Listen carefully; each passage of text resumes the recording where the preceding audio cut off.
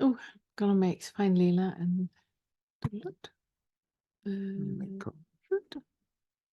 Yes. yes. Hello, Everyone. Hey. hey Hey, Catherine. Catherine. Good to see you. Yep. I got. Thank you. And Eric and Rubina and Leona and Sarah, Leona. Irene. Good to see you again, Irene. And Ella. Suliamani. So nice. Oh, and Ella. Morning, morning, Leela.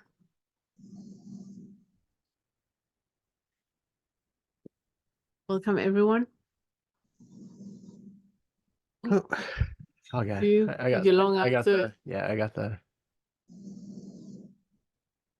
Let's leave that open.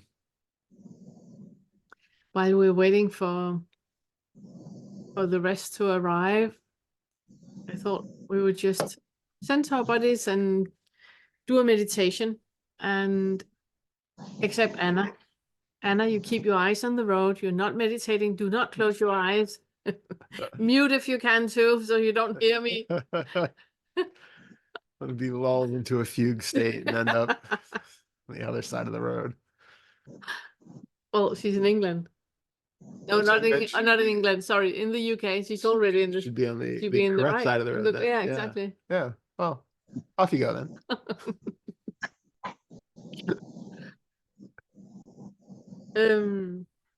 And we talked about that we would like to make a meditation where we focus on what a sensory experience actually is.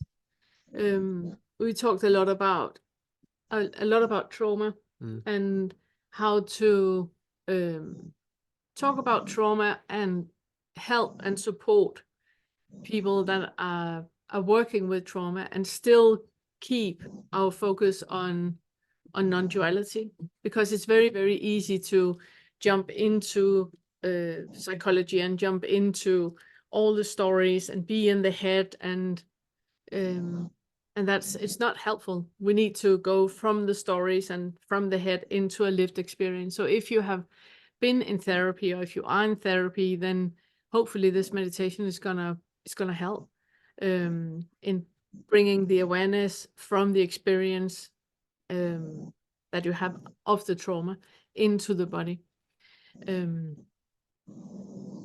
We find it very, very important to talk about trauma, even though it's not really talked about in the non-duality and in the spiritual community. It's almost, it's taboo to talk about that we have trauma and that we acknowledge that we have traumas, because we should be beyond that. We should be, on the other side of that. And that's just not reality. No. It's not reality. We find it really unhelpful when people are told just to sit with this and you're just this and just be with this and who is suffering anyway and all that. It's just not helpful.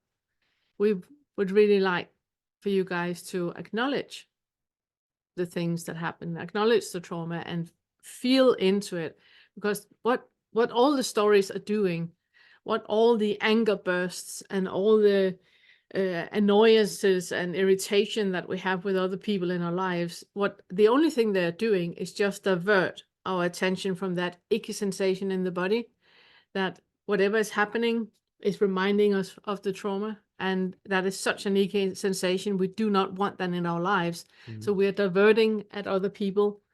And what we will invite you to do is experience that it is actually possible to be in the body. I had a comment on my channel this week, somebody saying that feeling into the body, it's so uncomfortable. And yes, it is. We have been running our entire lives from that feeling into the body. We have been focusing on all the diversions and all of that. Pardon? Yeah. So what we really would like for you to do is noticing the body. Really acknowledge what it is the body is telling you. And even if you can't explain it with words, just allow a sensation to arise, even though you can't put a date on it or a story on it. It doesn't matter. Just stay with whatever is arising in the body. And that's what we're going to do now. So make yourself comfy and close your eyes. Make a deep inhalation and exhale. And feel how you get more and more heavy for every exhalation you do. Make a deep inhalation and exhale and fall into gravity. Now, when your eyes are closed, it's much easier just to focus on the sensations in the body. So bring attention to your feet while you exhale, your ankles and your knees, still exhaling deeply.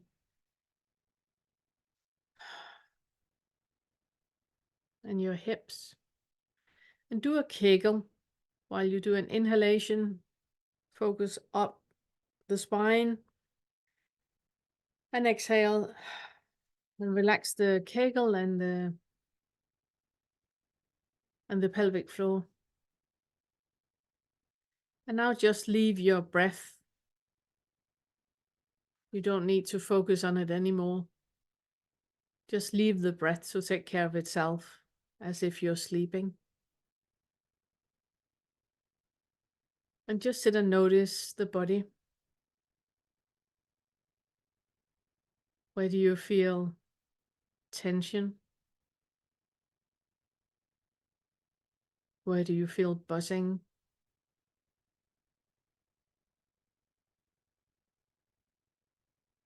Where do you feel relaxation? Now you're giving yourself time and quiet.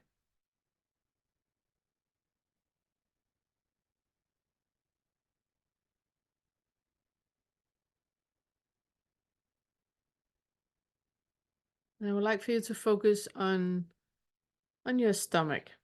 So the area where your stomach is. It's your intestines, it's your solar plexus, it's that entire area. You can put your hands there if you want to.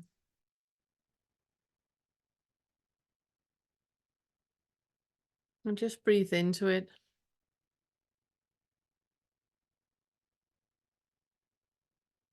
And feel your hands lying on the stomach. How does the stomach feel in the hands?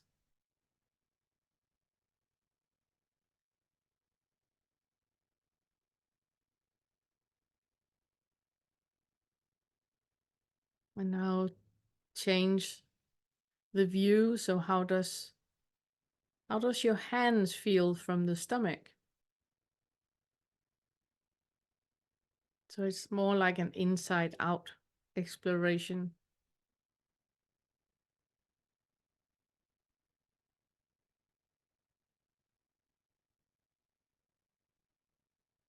And while you're sitting and noticing your stomach, I would like for you to just keep half an eye on your thoughts. What just happened? Where were you in your thoughts?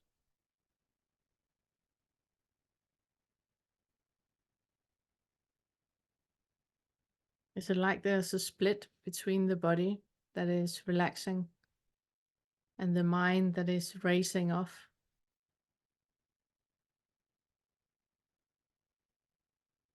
Is it like there's a split where your body is heavy and relaxing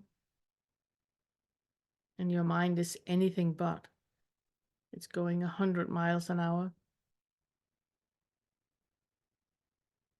If that is the case, then I would like for you to focus on where the boundary is between the racing of the mind and the calm in the body. So focus on your racing mind and see how far down does that racing happen. Is it in the upper part of the neck, in line with the nose? Is it in line with your mouth? In line with your Adam's apple? In line with your shoulders? Where do you start to feel calm in the body?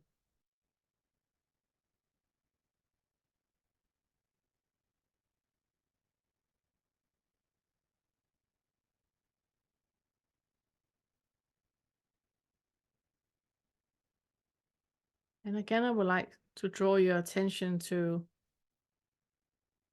how much you were in your body and how much you were in your mind.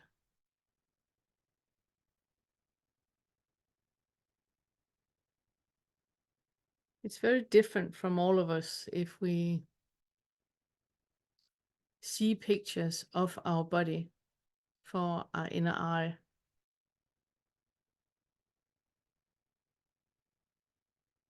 So if I ask you to focus on your feet, are your eyes pointing downwards now? Do you see an image of your feet?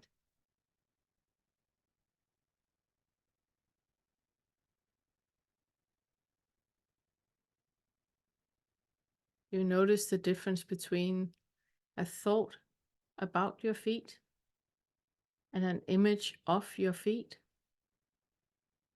and then the actual sensation in your feet.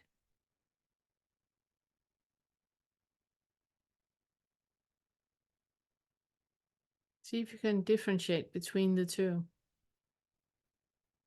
One thing is thought, and the other thing is actual sensation in the body.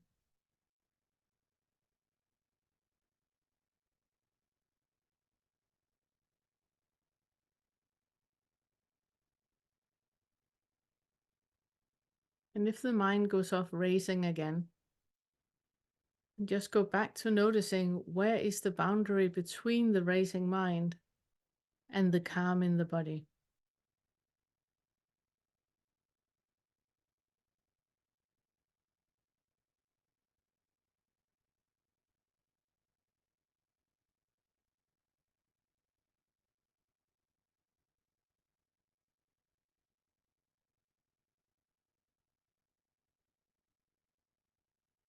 And then notice when you are sitting and noticing where the boundary is, you are in your mind. You're not really in your body.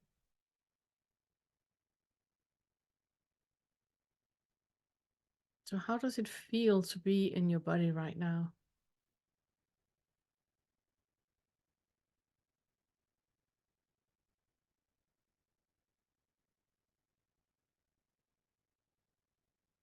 Can you have any experience in the body without a thought about it?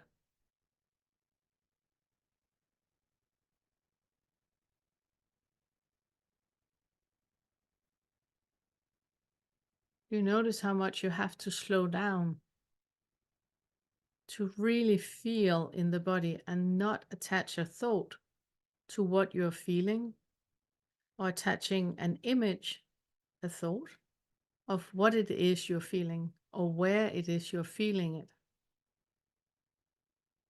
You really, really need to slow down, slow down.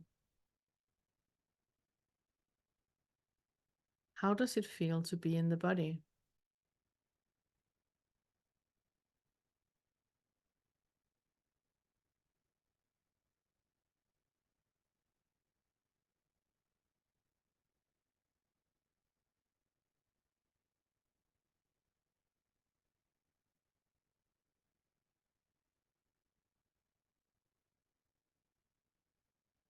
I would like for you to really notice how it feels to be in the body right now. And in a moment, I'm going to say a word. And then just notice what happens when you hear that word. Do you go immediately up in your thought? Are you seeing images? Are feelings arising? So just notice how it feels to be in the body right now. How's your breath? Is there any tension?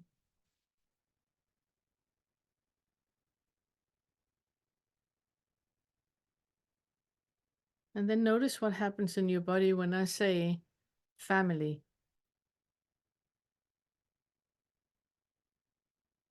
Family.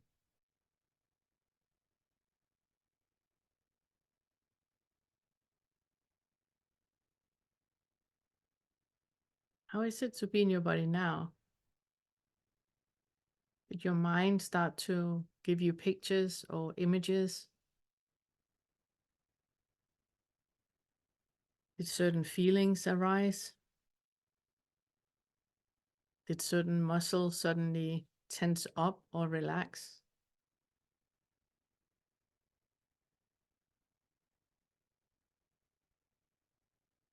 Did you get a feeling of agitation or restlessness?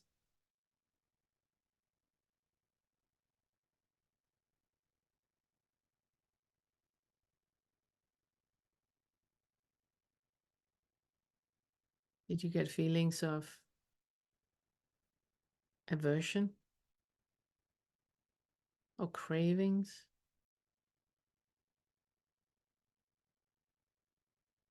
Did you plunge straight into trauma?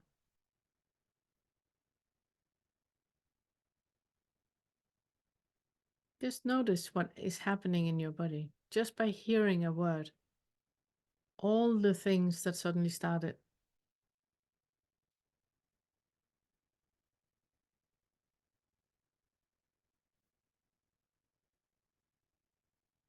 And come back to your body. How is your breath?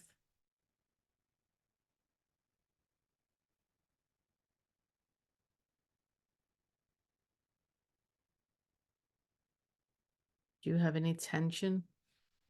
Any contraction?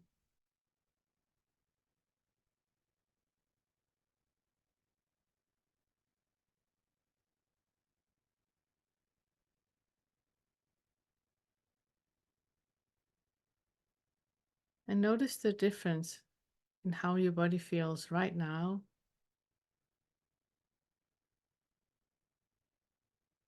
to right now.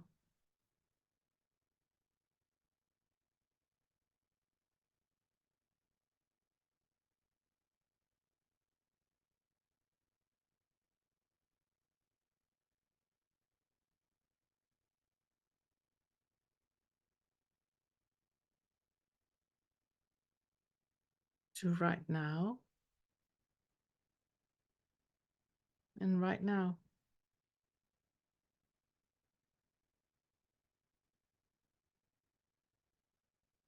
Even with the mind going with images and pictures and thoughts and experiences and contractions and all that.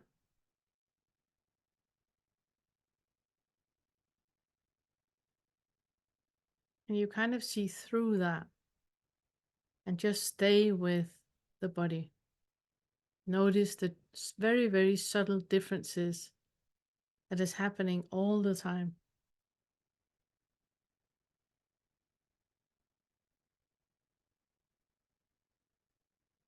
Can you be with whatever is right now, even if the mind is off on a tangent?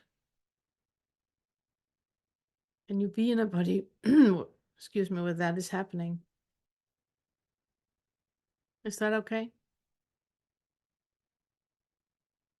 Can you let the mind be the mind and just focus on the body, what is happening?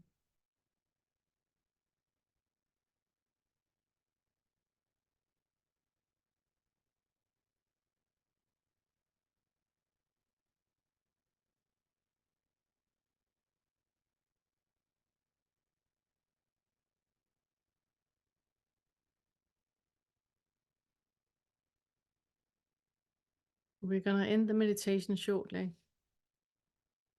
I would like for you to practice the difference in a thought about the body and an actual sensory experience.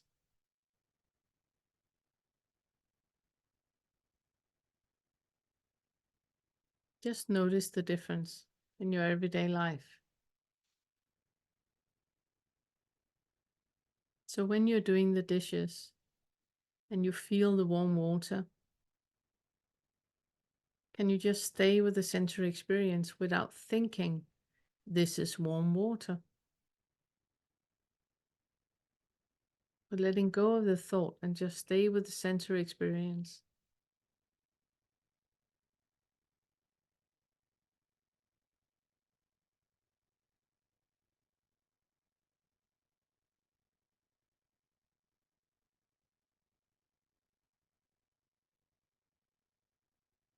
And the same when trauma comes up. And you be in a body where that happens and just stay with the sensory experience. And when thoughts they come, and you allow them just to be there. They're not true anyway. Just stay with the sensory experience and allow everything to be there.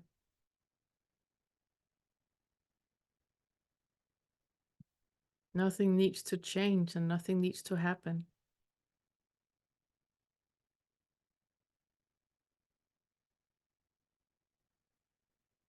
Okay, make a deep breath in.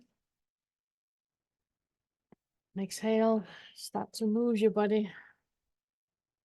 Make another inhalation. And open your eyes when you're ready.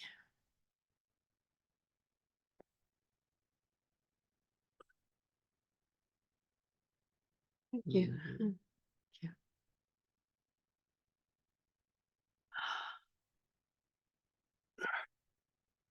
We have Sophie that would like to ask a question, and you had somewhere to go. So I was thinking if you're up for it, to take you first.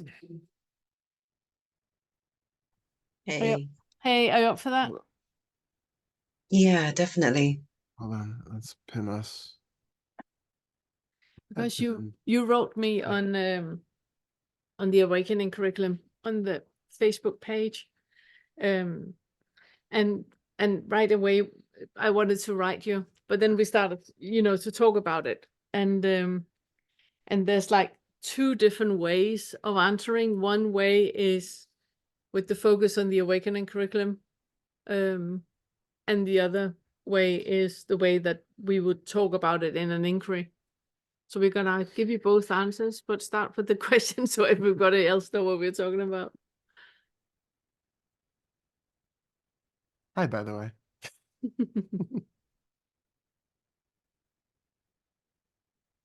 So I'm going to ask, what I wrote. Yeah. Okay. Sorry, I've got a lot going at the moment.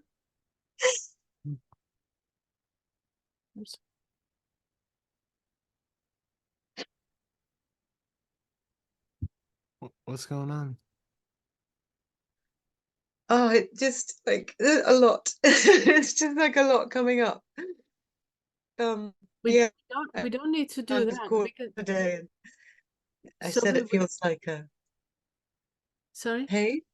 No, yeah. I'm just saying that we don't need to do the question. If there's other stuff you would like to talk about, we can do that instead. Oh no, whatever. It's all it's all just here, isn't it? So I'm at the point where I'm just like, oh fucking hell.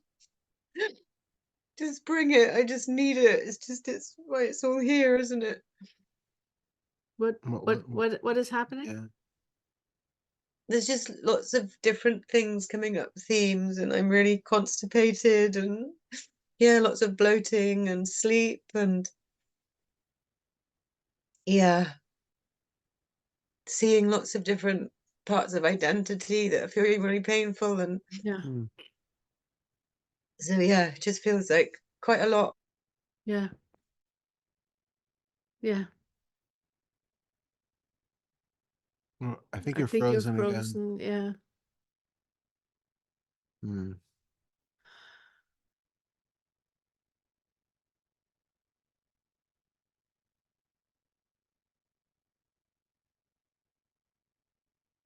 Okay. Yeah. Do you want to? We'll move on for right now. I don't know if you can hear us, but if you get the internet back, just raise your hand, and then I just want to say that obviously we haven't heard what is going on yet. yeah.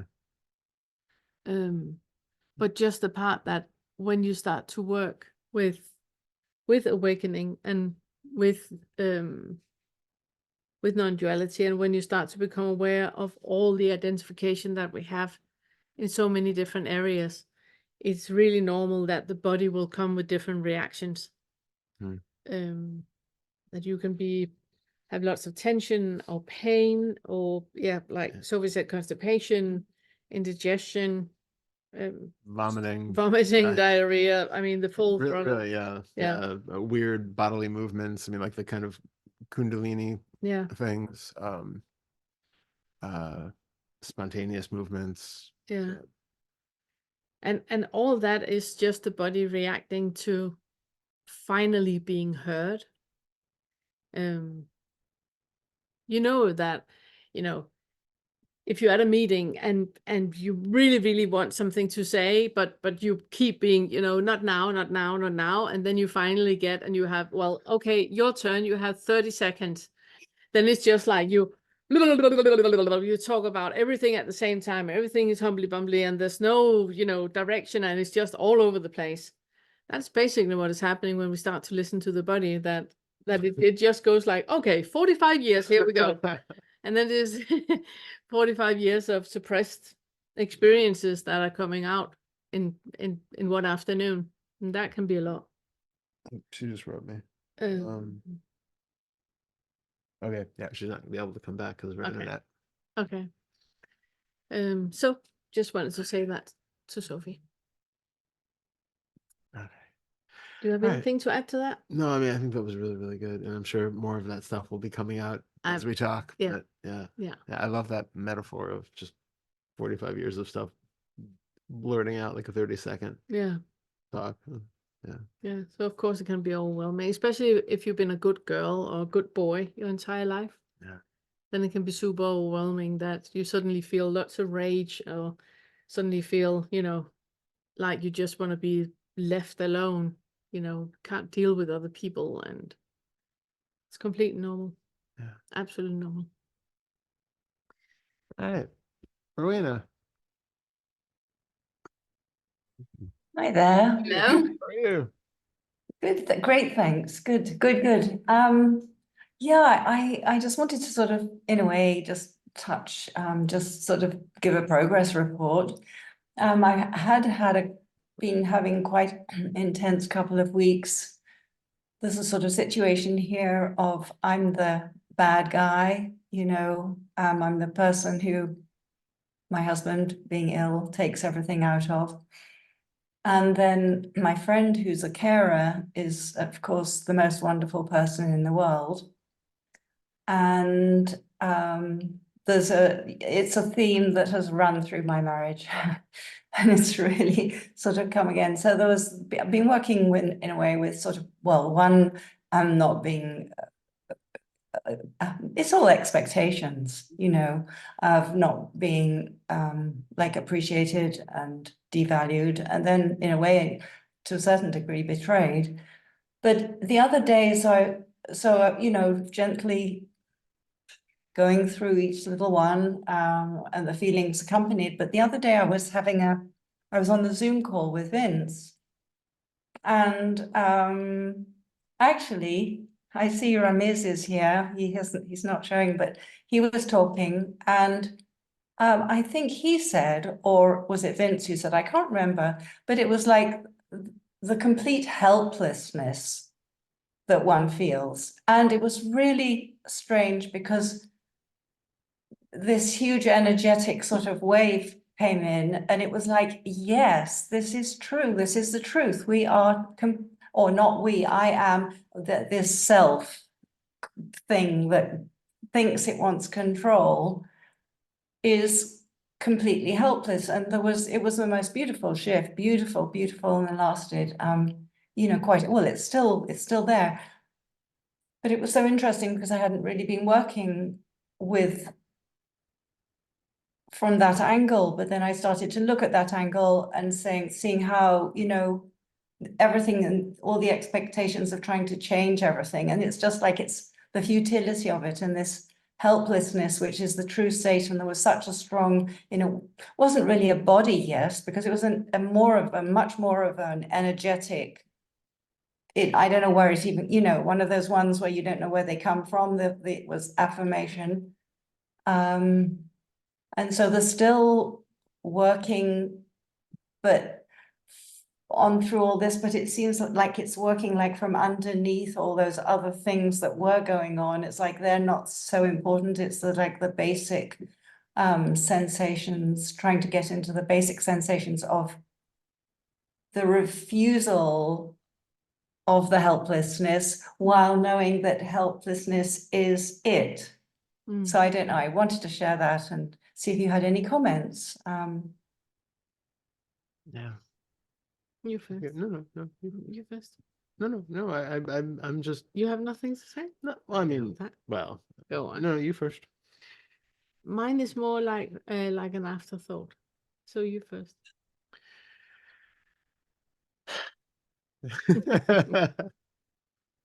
No. To begin with, yes, I I agree with this kind of the sort of beautiful surrender that you're talking about, where you have this recognition that the fight that has been going on for so long to try to control things and to make things the way that you want it to be and to reinforce that sense of self is just this kind of futile dance that's been going on. And it sounds like in that moment you had that kind of recognition that like, oh, I can just set that down, and that there's kind of that flood that comes up from that. Did I hear that right? Yeah, it was a little bit it was exactly, but there was no realization mentally. It was just this huge resonance with that word, which I wouldn't have, I wasn't even experimenting with that word, but it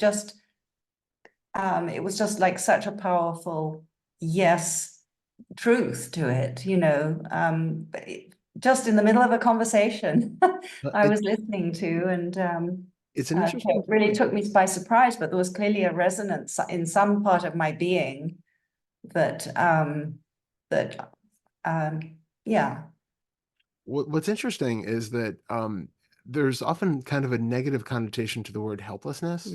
And so I was curious, what does helplessness mean to you when you hear that word?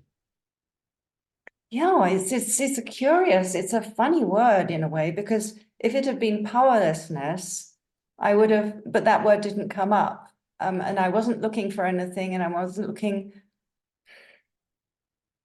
In a way, I would say it's futile to think that anything could be different. A bit like that, it's just like when the separate self, the mechanism that's still sort of going is complaining, or it's looking outward to have things to be different. And so, but basically it's futile. And so there's a helplessness to it, but I'm not sure how, I'm not using the word well. Maybe because it's a funny word, because we're always I'm not looking for some greater force to come and help me. And I'm not looking for anybody to come and help me. And also the other funny thing is my friend said, well, I value honesty of sharing feelings. She said, our friendship's going to suffer because you don't share your feelings. And it's like, I just looked and I thought, there isn't anything, because everything changes so fast. And that's not something, even this a feeling is just basically is sensations to be, whatever's pointing in the feeling, verbal feeling, is pointing to be sensations to be held here. So it's not to be shared with anyone. I mean, there's no point, you know, so I was really curious. I was like, I don't know, I haven't got anything to say about that, you know, and I said to things, this is a difficult situation. Things, I don't have to be happy. Not that I'm not looking for anything other than what is, which is, you know, sometimes it's a bit rocky and other times it's actually fine. So, but now I've strayed away from helplessness. But it was this, yeah, it's there. What I was going to say is it's interesting because of that sort of negative connotation to it, it often has almost it's almost like a sibling of hopelessness. Like there's almost like the situation is beyond help, and it still implies that there's something that To be is, done. yeah, that is uncomfortable or needs to change. It's just like I kind of give up because it's just beyond fixing. You know, it's an irreparable situation. So I'm just curious if there is any of that sort of hint behind it. I mean, do you have the same sort of thing with the idea uh, of surrender, like a positive surrender, not like because it's like the difference between surrender and resignation. It kind of has that sort of a flavor difference.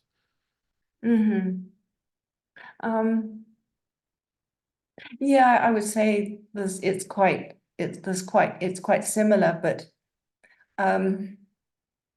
I realize that that there are degrees of acceptance, and I've been sort of sliding between actually noticing a dull, you know, a still resistance, you know, to the situation, and thinking things should be different, but you know, working through all that. But it's interesting because I don't really, yes, helplessness, I can't fit in. It is beyond help because I'm not looking for anybody to fix here, this. It's yeah, I have so many things to say. No, it's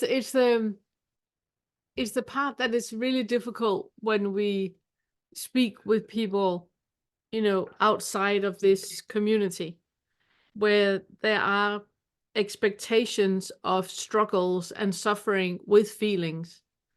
And a lot of us out there bond with other people with this complaining about the suffering of the feelings that we have. Not that we necessarily want a solution, but it's just the exchange of the suffering and the complaining, blaming, and shaming and all of that with the feelings that we have. So when we end up in a position like you are now, where from the outside you should be suffering with the role you have with your husband, you know, he's super frustrated, he's taking everything out on you, and you're just like, I understand that, you know. Yeah, but now you're bypassing. You should, you know, feel into it. It must be so difficult for you. Well, it's not, because there's not an alternative. It's not even bypassing in the way that, because what you're saying is that there's not an alternative to what is happening. The perceived helplessness is just knowing that there's nothing that can be helped in this situation that we are in this moment right now. There's not an alternative, which means there's nothing that can be helped or be minimized or done easy or anything, because there's nothing wrong with this moment right now. But when we truly realize that, all conversation about with the outside world is dissolving, and we experience, like you say with your friend that goes like, well, you know, now we can't talk, you know, you're never sharing your feelings, but it's only because you haven't got the suffering about the feelings anymore. The feelings arise, but it's not an issue. You're not attached to the feeling. You're not creating a story about the feeling. You have no need for the feeling to be any different than it is, and whatever arises, you stay with that. And that's it. This is what is alive right now, and period. There's nothing more to talk about. I was part of a Buddhist community for a while. And one of the things that was difficult when I spoke with order members in the community, it was that things that they perceived should be difficult for me, I didn't perceive as difficult because I wasn't identifying with the issue. So it wasn't difficult, and they felt that I was bypassing, that I was not feeling into it, and I was not suffering enough with the magnitude of the issue that I was in. I should be suffering more, so I must be bypassing. Where it was just like, no, I'm just not suffering. It is as it is. There's not really anything I can do about it. Me trying to change what can't be changed. It's not the resignation. It's the complete and utterly acknowledgement of what is. Yeah. And I think the more there is the sort of lack of feeling of that separate individual who is at the whims of, because, even in surrender and resignation and helplessness, that all has a sense of I that's in there, that there is something which is helpless or who has to surrender or resign. And either way, there's an there's something. alternative to it. Yeah, there is. And either way, there's something which is going to be swept up in the flow of it. Either there's resignation and now I get to just go along with the stream, or there's or surrender and I go along with the stream, or resignation and I go along with the stream that goes down the rapids, and I'm just going to be battered away by it. And helplessness, that there's just, well, it's the way it is, but I'm still going to be experiencing life just without a helping hand coming down. So I think all of that, as you said, the suffering comes when there's that idea of that separation, or that any sort of hint of that separation there. Yeah, but also with a hook into an identification of as someone suffering. That's what I mean. Yeah, exactly. That's what I mean.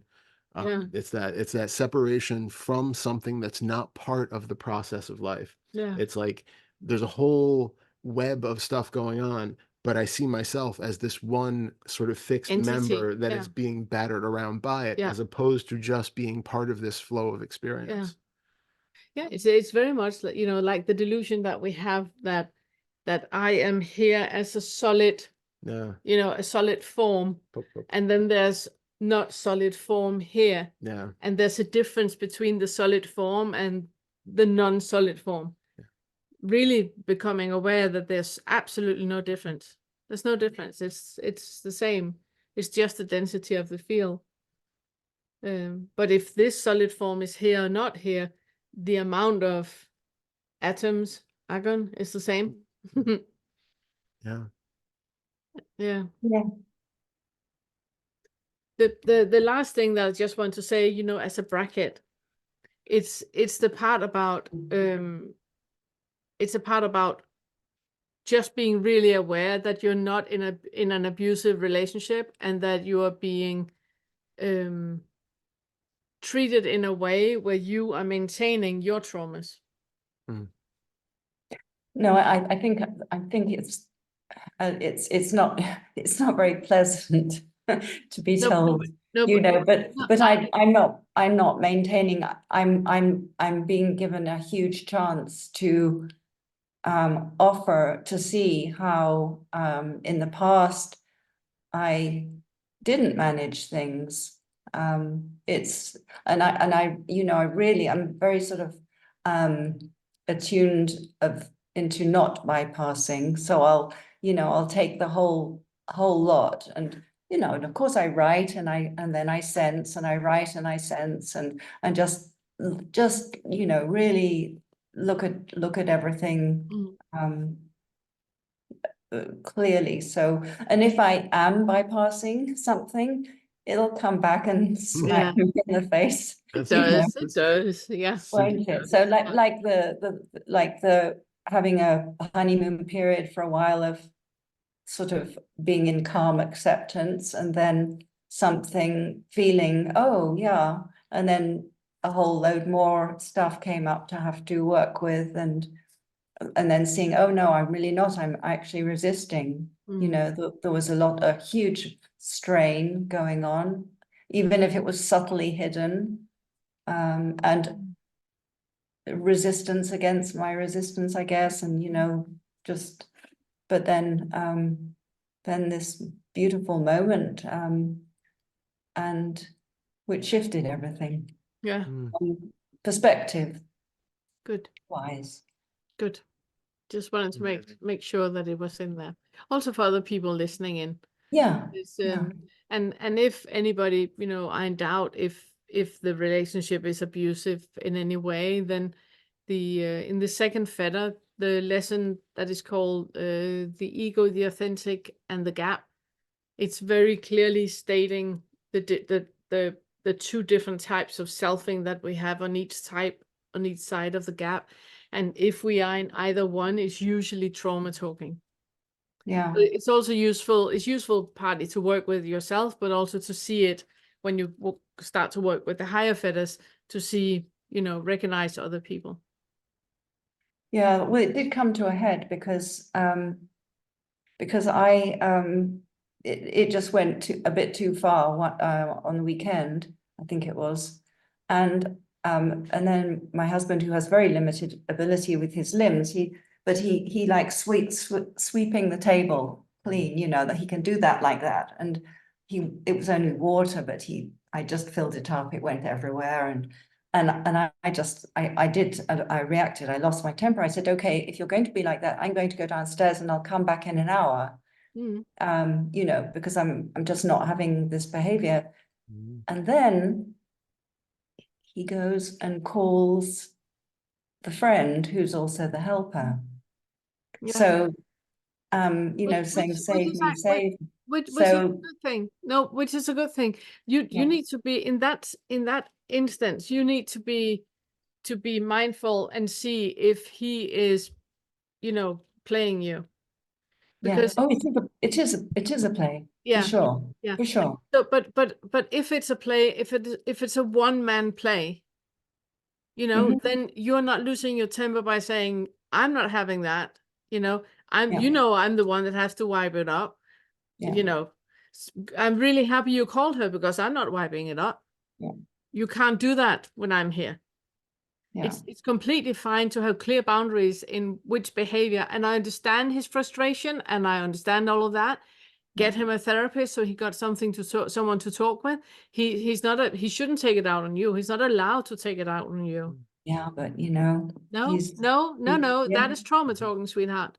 No, for you to believe that it's okay for anybody to treat you in a way that you would not treat anyone, that is trauma talking. I know it's not right, but it's would you treat anybody like that? No. Then it's not okay. So therefore, and of course I'm looking at myself saying, Rowena, do I treat myself like that? No, well, maybe I did in the past, yeah, for sure. But not now, no. You need to be careful about not bypassing. You need to be really, really aware of clear boundaries. If other people are treating you in a way that you will not treat them, then it's a very clear body no. It's a very, very clear, I'm not having this. And that is not losing your temper. That is saying no. And no is a completely valid response to anything. You are completely right to say yes, and you're completely right to say no. Whenever it doesn't feel right, you are supposed to take care of you and protect you. But if you have trauma that has taught you that that is not okay, that Rowena needs to be the kind one, the sweet one, the good girl that wipes everything up with a smile. So she's starting to do spiritual work so she can bypass and not look into the trauma. Be very, very aware of that. Yeah, thank you. Because what we're doing, and also when I'm talking about the bubble of reality, it's very, very easily and inviting to bypassing, where you are maintaining a trauma, and that is not the point of it. And I think I definitely think I was.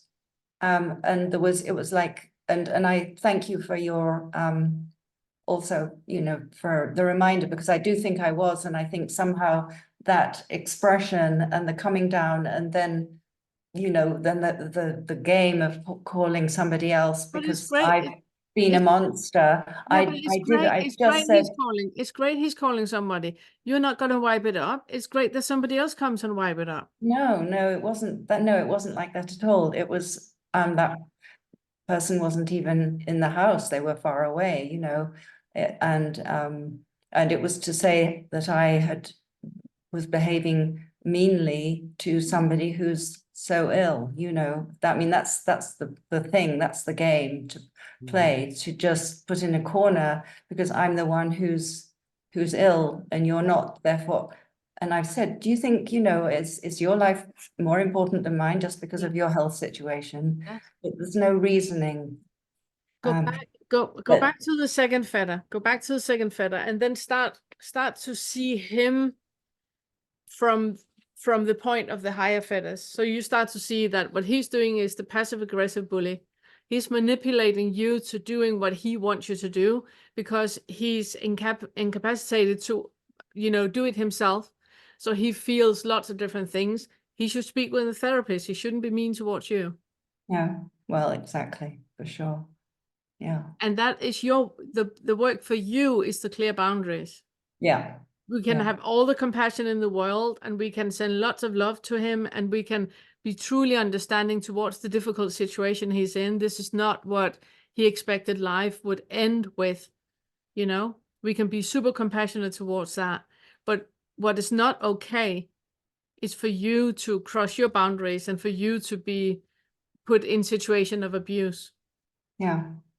And it's completely okay to say, no, I'm not having that. Yes. Yeah. Yeah. Yeah. If you want me to be up here, you need to behave in a certain way. Otherwise, we're two adults. Let's act like adults. Yeah. And that's completely fine to say. You are allowed to do that. So just notice how much what is happening when he becomes abusive is playing into your trauma.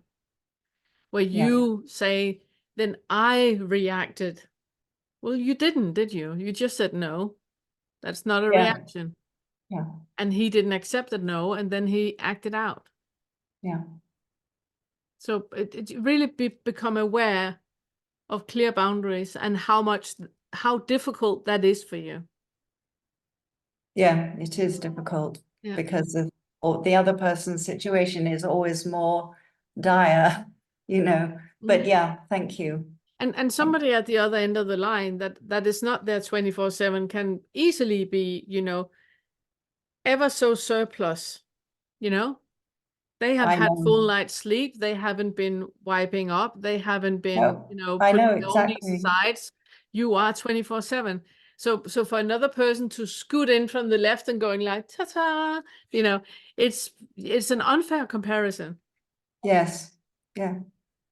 Yeah, it is. If that other person came from an equal situation, you know, then the complaining, you know, could have, you know, not merit, but there could be something to talk about. But him calling somebody that has surplus, that's just on top of unfair, even more unfair. Well, yeah, exactly. Yeah. So, and it's okay to say that's not okay. It's not fair. Yeah. I'm not calling somebody complaining about you. No. Thank you. Yes. Sending you so much love. Thanks. So much love. Thank you.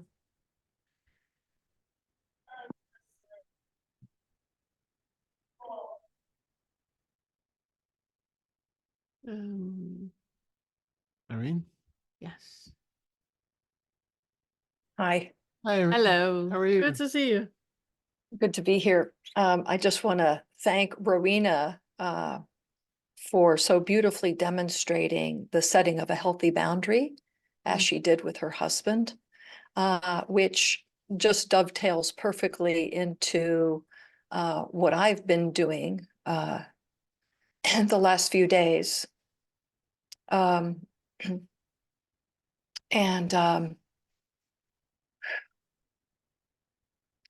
well,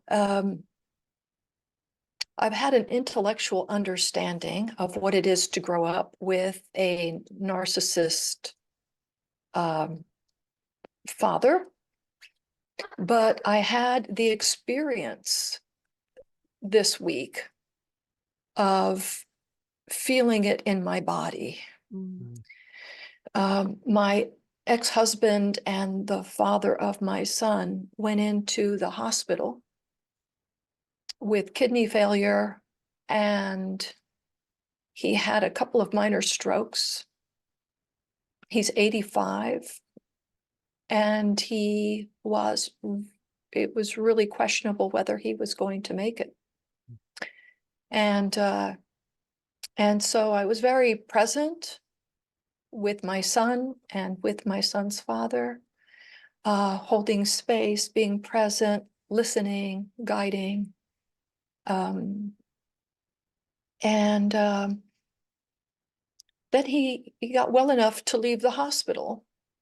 Now, in the hospital, he was manifesting some very difficult characteristics, which I didn't recognize at the time. It wasn't until later that I recognized, oh, those are narcissistic tendencies. Then it just hit me that I had never recognized those tendencies in him because I had attributed it to Asperger's, which is being, socially, kind of having challenges socially, but this went beyond that. This went way beyond that. And so he would, instead of having dialogues, they were long monologues. And I would listen, and every now and then I would say, acknowledge that I was listening with an yeah, and he'd say, don't interrupt. So I didn't interrupt. The next time I didn't say a word and I'm just listening, and he says, are you listening? So there was no winning there. There's no. And then he went home and this behavior intensified. In the hospital, he was telling the nurses, yes, no, put it there. And I would be on the phone with him and I'd say, please, please, yes, please. And he would say, yes, please. So I'm coaching him in how to interact with the staff because he just doesn't know how. And he's working hard at doing this, but it does not come in any way naturally. And then I was on the phone with him when he was at home, and this behavior had intensified. And I found myself feeling sick. I found myself feeling sick and depleted, that interacting with him was depleting. And I said, he called up and he said, do you have time? And I said, I have 3 minutes. And he began this monologue of complaining, and I couldn't even do the 3 minutes. And I said, please stop. I can't do this. And he said, okay, thank you, bye.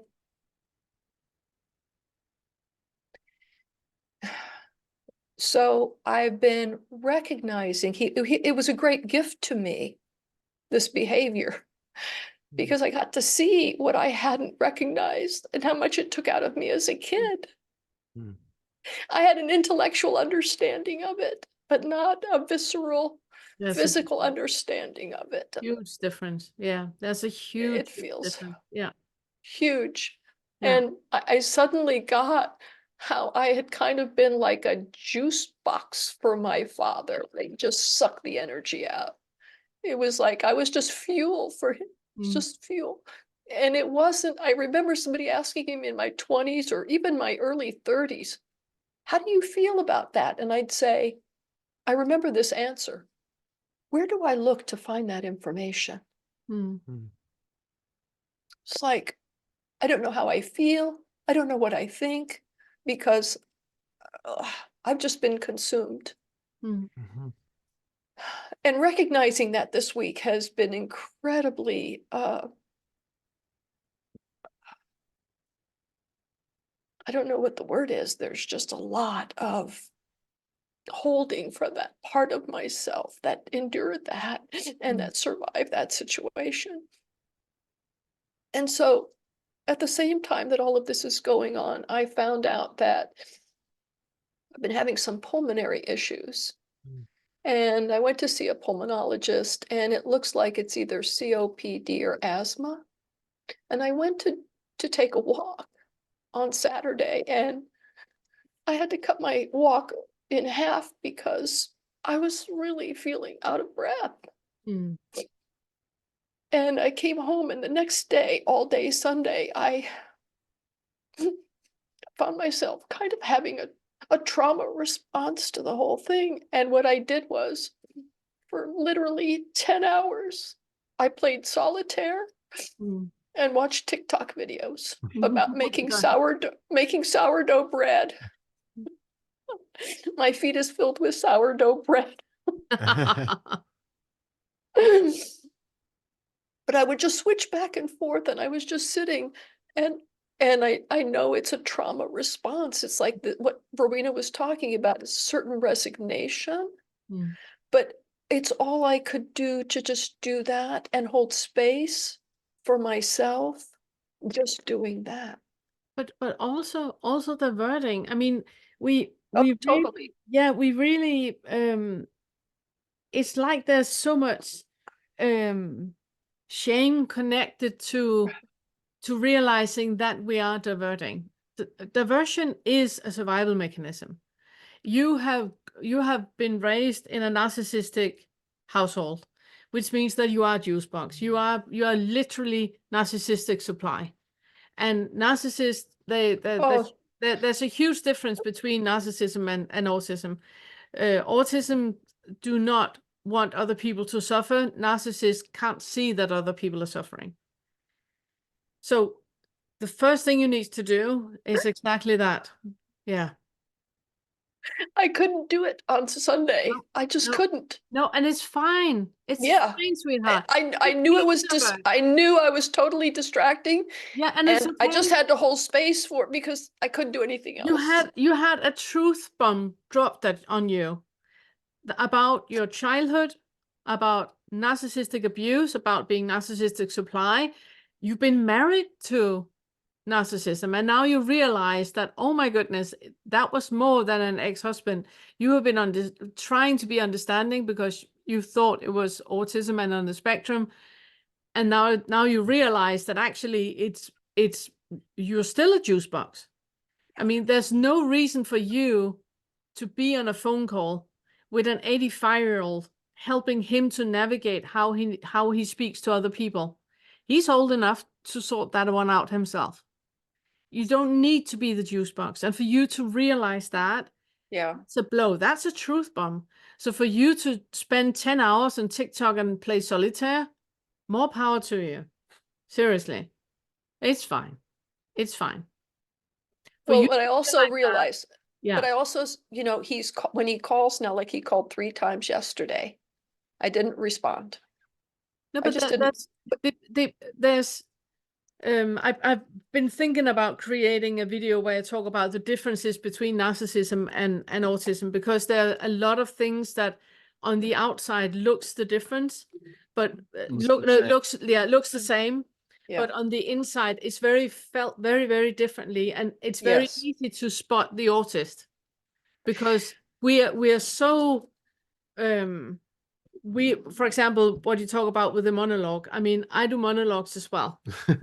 No. Yes, you can admit it. I do monologues as well. But the moment I realize that I'm monologuing and that Todd, he's sitting and going like, trying to get a word through, then the moment that happens, I'm like, oh, I feel it in my body that I, for a moment there, got on one of my autistic rants, and then I want to connect right away. And narcissists don't feel that.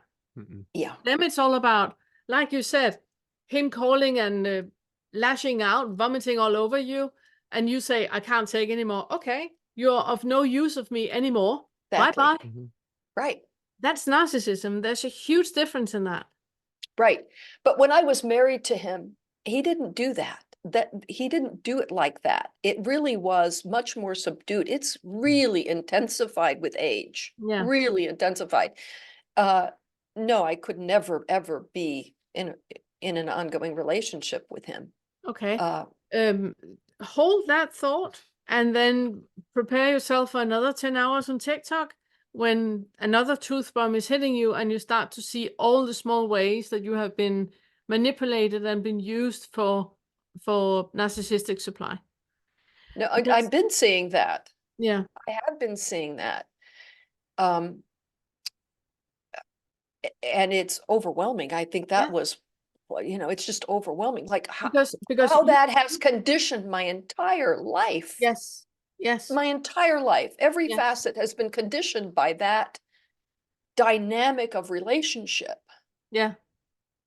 And then I saw that my two of my three brothers have the same pattern. So it was like, oh my gosh, I have been inundated in this. And that's one of the reasons I found myself, I shared early on when we started the Fetters about my brother Yeah. who had a stomach tumor, Mm. and he's now going into hospice.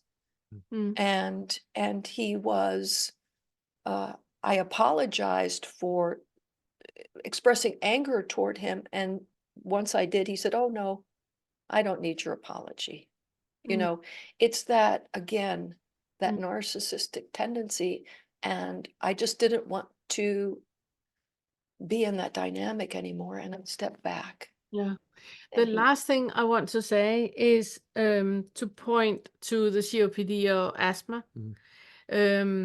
Not being able to breathe is one of the many psychosomatic symptoms of narcissistic abuse, that you literally cannot breathe. In Chinese medicine, lungs is about sadness and sorrow. yeah, grief and family. Yeah. So whenever you are out for a walk and you cannot breathe, first of all, you're walking too quick. You are ahead of yourself. You're forgetting to be in the moment right now, moving with the body right now. Go from the head that is out for a walk, that has a route planned or has something planned, into being with the body and being with your lungs. So you start to inhale with the pace of your feet and exhale with the pace of your feet. So you kind of have that a visual image of a circular movement happening in your body, where your lungs are cooperating with your heart, that are cooperating with your feet, that are cooperating with. So you're supporting the body, the meat suit, in moving in a way that is regenerating instead of exhausting. It's so much love and compassion in that way of meditative walking. Gotcha, thank you. Can And I just say when- one thing? Can I just say, also in Chinese medicine, because I used to be a practitioner, lung is very much to do with boundaries and father issues Yes. and grief, as Yes. Pernille pointed out, just to say that. Yes. And so what might I Sorry. do to be proactive in terms of, because like on Sunday where I did that for 10 hours, I literally did, you know, I know, go into the body, go into what the body, I know that, but I couldn't get there. I just couldn't. So I'm No. You're not supposed to be narcissistic abusing yourself. You're supposed to put the idea of what Irene should do on this beautiful Sunday away, put it on a shelf. You thought you were going to do something. Clearly you were not. You're going to TikTok and solitaire away for 10 hours. That was actually what you were supposed to do. There was something happening on a level that you were not aware of, and you create space for that, and off we go with the Okay. TikTok. As long as it's not happening out of sloth and torpor, and it's not happening out of restlessness, but it's happening out of, okay, we're having life on a pause here. And then we take Yes, that's some- what it felt like. That's what it felt like. And I knew it was a distraction, but there was like, this is what is. This is what is, allow and the there's no distraction. getting away from it. And they're not trying to get away from it. It's just, but that's where I was a little bit For confused. you, yeah, it's completely fine. For you, it was TikTok and solitaire. For other, it's drugs and alcohol. For others, it's sex or food. Or for others, it's Right. punish, exercising. It's different things that we do to divert. But when we do it, it's very, very clear that we're overwhelmed and we cannot we cannot sort this out on our own. We would need somebody, to be with us side by side and help us and guide us through it. And if you don't have that, then off you go with TikTok. It's fine. Yeah. And I do have that. And I do have that. So I have that support. Yeah, if you have someone next time you can call and say, I'm in overwhelm right now. I need, Okay. I need you to bind me into my body. I've done that with you lots of time, ask for your help when I have been in that overwhelm where Gotcha. I was taught to navigate my sensory experiences so I wouldn't go into either overwhelm or shut down or anything like that. Yeah. Very good. Very good. Thank you so much. You're so welcome. Thank you so much for sharing. Yeah, thank you. Thanks. Love it. Thank you. You do it. You do. Dueling with the index fingers. I saw Sophie came back. Yep. So, Sophie, are you up for it? thanks, Leila. Hello again. Hello. Good to see you again. My data ran out. I'm glad you got it sorted. So what's been going on? Oh, wow, just all sorts. I mean, I feel resonance with Irene and family stuff, and it's actually bringing up. I feel like this place I've put myself into is allowing me to be with the trauma that happened when I was a teenager, losing the family home. And I left my job at the beginning of January, and I feel like, I don't know, something's coming up now. It's like, I feel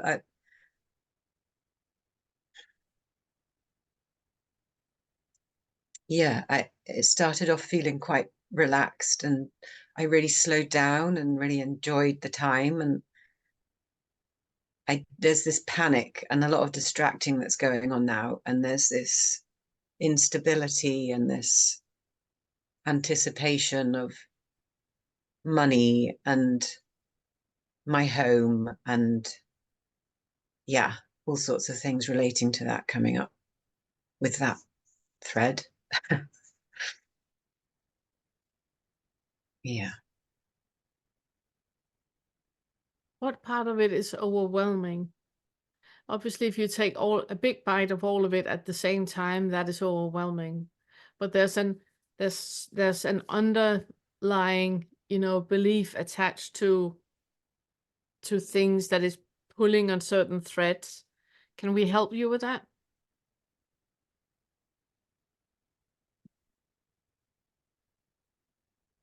Yeah, I feel like what comes up is I don't know how to manage it. How do I deal with all this?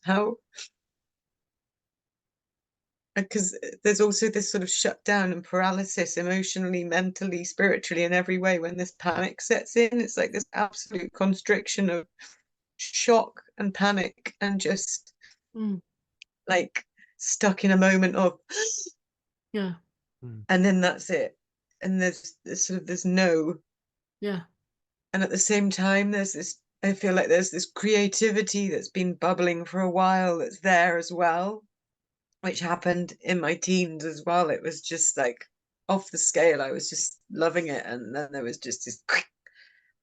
And then I just turned to drinking and drugs and boys and bulimia and everything I could possibly do to distract. Oh my God, so you're back there. You're back there. No, that all dropped away when I had shift. No, not what, sorry, not what I meant. Not what I meant. You're back to that paralysis that you experienced then, the creativity that came up then, and then that did something with the underlying belief. So you diverted with boys and drugs and bulimia. Right Yeah. now, the creativity is there again, it's starting to pick it up its face, which means you're getting back to something authentic. Yeah. So now you're diverting with not boys and drugs. Well, I don't know, but you know, thoughts- YouTube and walking and and concerns about finances and all of that.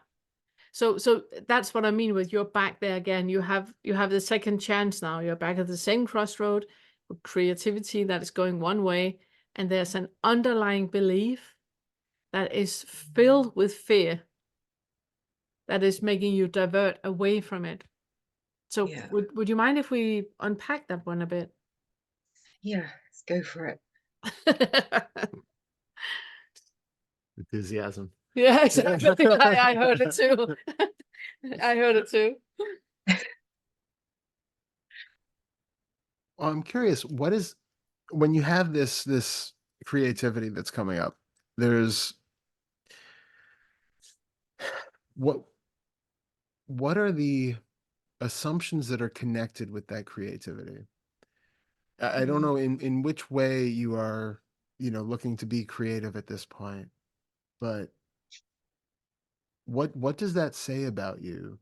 What do you need to be, or what would need to happen in order for you to be able to follow that path? And who would you become if you Yeah, did? exactly. Be myself. And is that, You can see Yeah. it's written on your face, this how there's a relief in your face, and at the same time there's so much fear. Yeah, it's So terrifying. much fear, yeah. It's shame, and it's just like not wanting to show who I am, but that's what the world wants. And there's this block, and it's just so painful. Yeah. Yeah. Breathe, sweetheart, breathe. It's okay. It's okay. It's okay.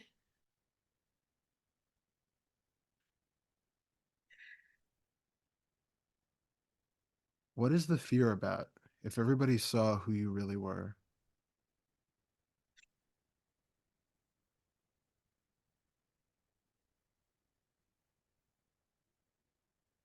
Just being shit, being humiliation, being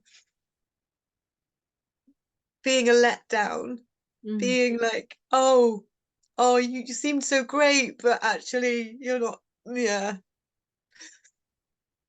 And when I was a teenager doing my A-levels, my art teacher, I was just really loving it and experimental, and she came to me and she said, you're gonna have to stick to the curriculum, otherwise you won't pass. So basically stop what you're doing. Yeah. And then I failed. And I don't know whether that's anything to do with it, and it's just I know it's just interesting, just different things. We do get those. I actually had another friend who was an artist, and when she was in college, she was going for art, and her one of her teachers, she had talked about getting like a gallery showing, and one of the teachers said, "No, you're not ready for that yet." And then 20 years later, she has continued painting, continued progressing as an artist. And when it comes to actually having a gallery showing, she still has that one voice in her head saying, "No, you're not ready for that yet." As if she was the same person that she was then, as if nothing has changed, and as if that person's opinion was actually valid. That was But exactly what I would be pointing at. yeah. Yeah. So this fear of what other people are going to say and see, and it is, I understand, having also come from the creative background, before a piece has begun, it's amazing because it's got the potential of being a masterpiece. And then when you're working on it, it seems still sort of unlimited potential. And then as it gets closer and closer to done, you start to see all the flaws and all the ways that it doesn't compare to what you thought it was. And then at the end, it seems like a pale imitation of what it was that you thought you were going for. And then that seems to be something that you think is going, that everybody is going to see that the way that you see it compared to how you thought it was. And all of that starts to be pointed back at you, the artist, that you, they're seeing the flaws in that work, and they're then seeing flaws in you. That, you know, if you never show somebody your art, in their minds, you could be a genius. But as soon as they see it, then it leaves you open to their interpretation and their opinions. And the important thing is that it's leaving you open to your interpretations and your opinions. And you're seeing that it doesn't matter what the other person actually says. You're going to hear in what they say, whatever it is that you feel about you. So where do you stand on your art at this point?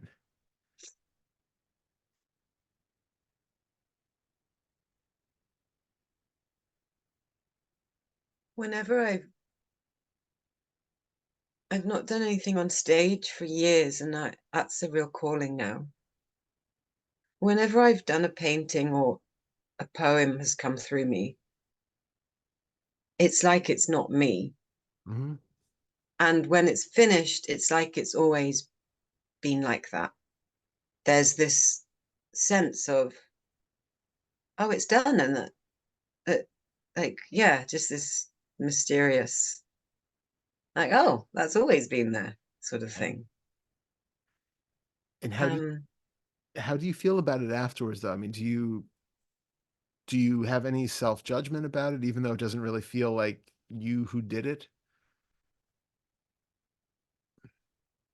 Yeah, I just quietly keep it to one side. Sorry. Go. No, I'm just I would like to point to the I don't know what you call it, to the dissonance in that you say that the painting or the poem is coming through you, as if it's not you doing it, as if it's something that is manifesting, and when it's done you see it, and it's always been like that. And then the coin flips and it's all of a sudden selfing, and you hide it as if you did it. Didn't we just agree on that? Yeah. It came through you, that it just was something manifesting, something that has always been, and you were just like a tool for that to come through and be expressed.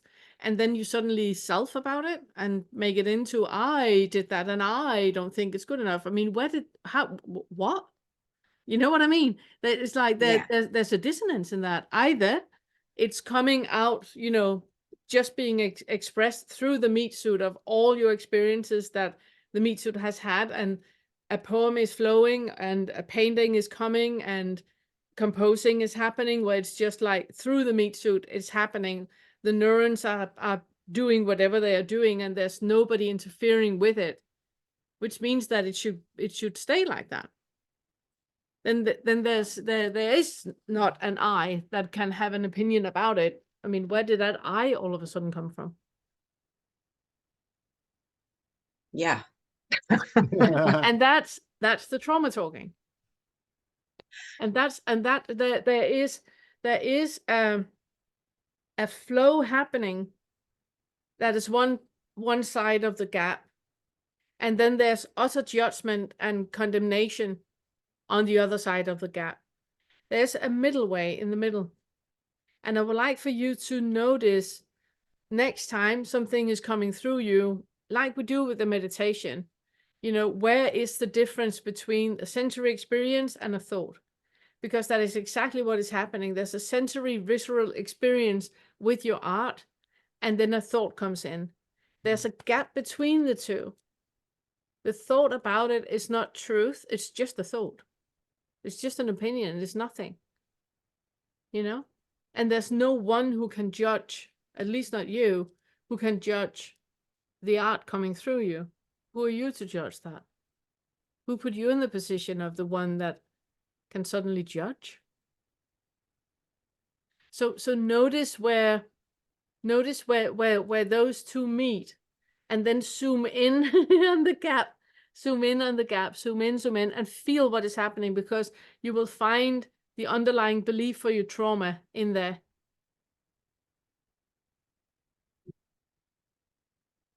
I'm curious, what was happening back early in your life when you had that creative thing happening and then it got squashed, and you had that lockup? So there was a lot of trauma wrapped up in that. My big sister had gone to uni. It was just an absolute mess, and it wasn't very nice. So Yeah. do those emotions then come up? Like, are those emotions tied in with the act of creation for you? That, and do you either feel it, or is there a fear that the creativity brings about this sort of separation, destruction, trauma?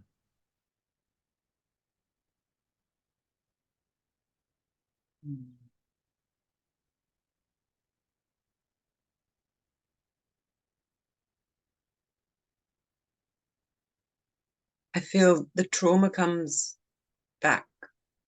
Yeah, I'm not sure. There's something coming up of when things feel good. Wow. So yeah, because I was sitting and thinking the same thing. For some artists, they would have painted or written or composed themselves out of the trauma.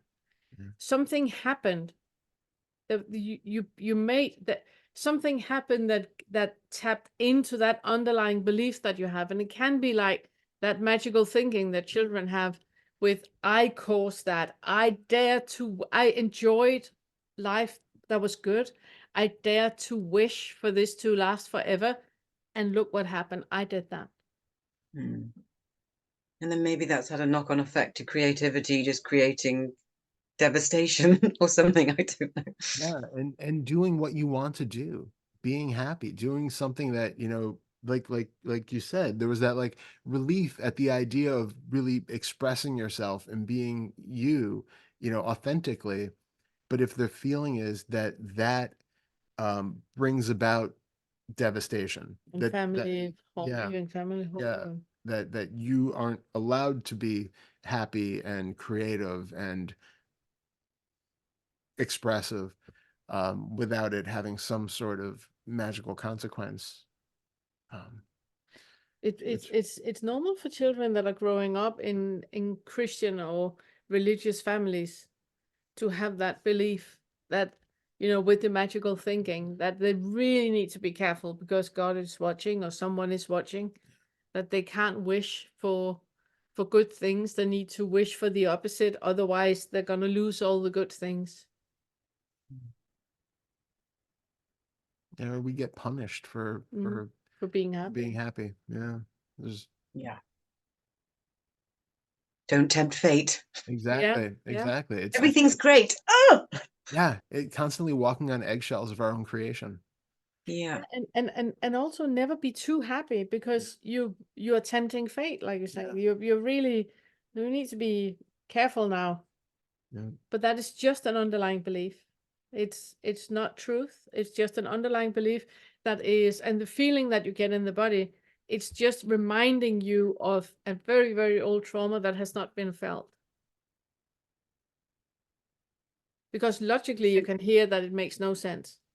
So it's about connecting to the body and feel how it feels to be in the body when that is happening. Also, it's useful to really be honest about it and see if, because there is a fear of exposure, and I'm interested to know if this trauma coming up and these kind of fears of, step on a crack, break your mother's back kind of a thing is in effect. I wonder if that's actually helping divert from the fear of doing the art and getting criticized and having that fully, really damage the sense of self.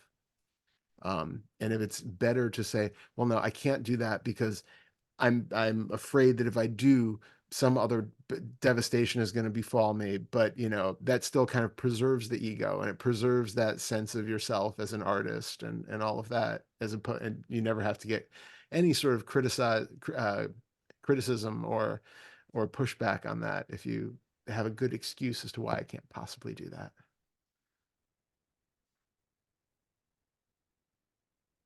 That's really good to hear, because that really meets the part that, or whatever is here right now, that is just, it's time for it all to go. Mhm. That actually motivates me to just go and do it now, Yeah, Amazing. good. because I'm just ready for the House of Mirrors to come down. And so Yeah. what better way than to just go and Yeah. give every opportunity. Yeah. Yeah, and we're here, you know, whenever you need to ping pong about it, you're not alone in it. Yeah. You have a huge community here. I'm sure there would be lots of people already now that would give you their email address that you can write to if you need somebody to talk to about, you know, this house of mirrors that is falling down and all the fears that are coming up. You're not alone in this. You're not experiencing this as the only person on the planet. Just in the group that we have here, I know of multiple people that recognize what you're sitting and talking about. Mm. So you're not alone in it at all. At all. Thank you so much for coming back. Yeah. Thank you for sorting out the dates and yeah, and coming back. What should we do about the message I sent? Should we do it another time? The question. It's up to you. Yeah, I'll let someone else go if you want, or I mean, we can do it, or Yep, we can do it quickly. Yeah. Yeah. Yeah. Okay. Ask the question. yeah. Mhm. So I reached out. It's so funny. It's like, who was that? I reached out and asked what the relevance was of you sharing veganism on your channel. What came up for me was, the story was, it was a red flag, Mm. and that there was a story, I think, of like, you shouldn't be doing that because that's not the time or the place to be sharing your lifestyle views. And you graciously responded. Yeah, come here and ask the question here. And thank you so much. I'm really, really happy that you did. And we had a talk about it afterwards, because on the Awakening curriculum, the way that my answer to you, it was the answer that I'm also going to give you now, but it comes, the way that I answer comes with a huge red flag. Obviously, I would have a conversation with you about your bubble of reality. What is it that you are projecting onto us? Because we're not promoting veganism, we're not promoting heteronormacy, we're not promoting meditation or even awakening. We're not promoting anything. We don't have any sponsors. We're not promoting anything. So and I know that in me. So obviously something has been provoked in you, and I would call into the bubble of reality. What is it that is happening? What is it that you see that we are doing that you're not doing, or that you maybe are doing? You know, how can you support yourself in the insight that you have had? And I wrote my answer to you, and then I was like, went to Todd and was like, this is a huge red flag, because there's like so many gurus and teachers and out there that whenever you come with any type of criticism towards them, they go, you should look at yourself. It's not about me. Being super defensive and just projecting and deflecting, and it's not at all what is meant with it.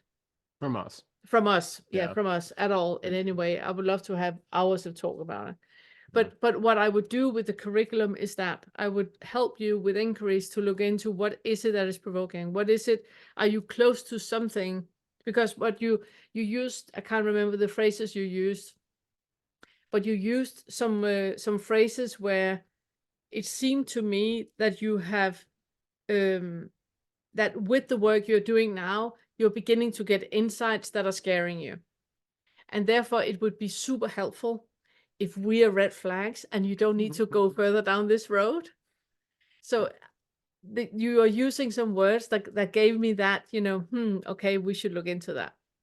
And then I went to Todd, and you had a long, he did a long talk. I wrote a very long response, which I don't know. We'll see what I end up doing with it. But Probably coming out as a let us know or something, probably. But I haven't actually finished it, because then we got talking about it and it was like, okay, well, I don't know, I'll back burner it. But basically what I went into was on the different levels where on one level, you know, veganism and all of that is completely irrelevant. If you get down to the broad subatomic particle level, then, you know, everything is just this kind of field of quantum possibilities. And of course, it doesn't matter what happens anywhere. But we have these different levels where we consider, No, but well, yeah, yeah, but just yeah. extrapolate on that a Well, bit, because it doesn't matter if we kill well, that's it. animals or people. It doesn't matter if it- we abuse or That- fascist regimes, or all that doesn't matter at all on the at subatomic that, yeah, at that level. exactly. So at that level, nothing matters. And yet we still act as though it clearly does. And, you know, I mentioned that um, most of us get into this stuff because we feel like we're suffering. And the idea that we take our suffering real enough to do this kind of work, to be able to end our suffering, seems reasonable to consider that if I feel like I'm suffering and that person or that animal feels like they're suffering, then we have to take that suffering as real, even if on a different level it's not. And why I think it's the reason that we do bring it up sometimes and where it's really relevant to this kind of work is because if at any point we feel like my preferences, my choices, my wants and desires and cravings and all of that are more important than the life of somebody else, and that if Or the well-being. or the well-being. So if it feels like I am able to exploit other people or animals, you know, abuse or endanger or just use anybody for my benefit, there's so much I selfing. came into the bus first. The elderly lady came after me. It's my seat. Exactly. So it's this there's so much selfing and so much identification nested in there that if we find it easy to just swat a mosquito, there's something that needs to be looked at. There's something where my comfort is being put in front of the life of another creature. Um, you know, our taste preferences come first, that sort of thing.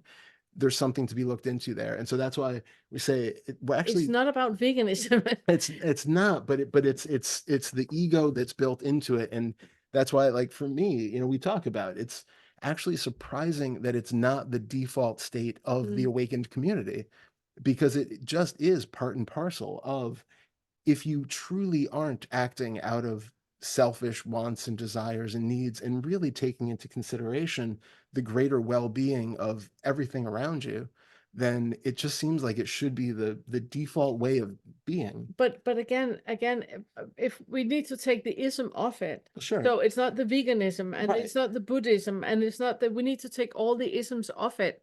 So it's not about a belief or anything. It's about that movement where you move with love and compassion for everything, for everyone, for us sitting here and speaking to everybody there, that it comes from a place of love and compassion and unhindered love and compassion. Yeah. None of you guys need to be in a certain way or do certain things for us to love you and really feel compassionate to whatever you're going through.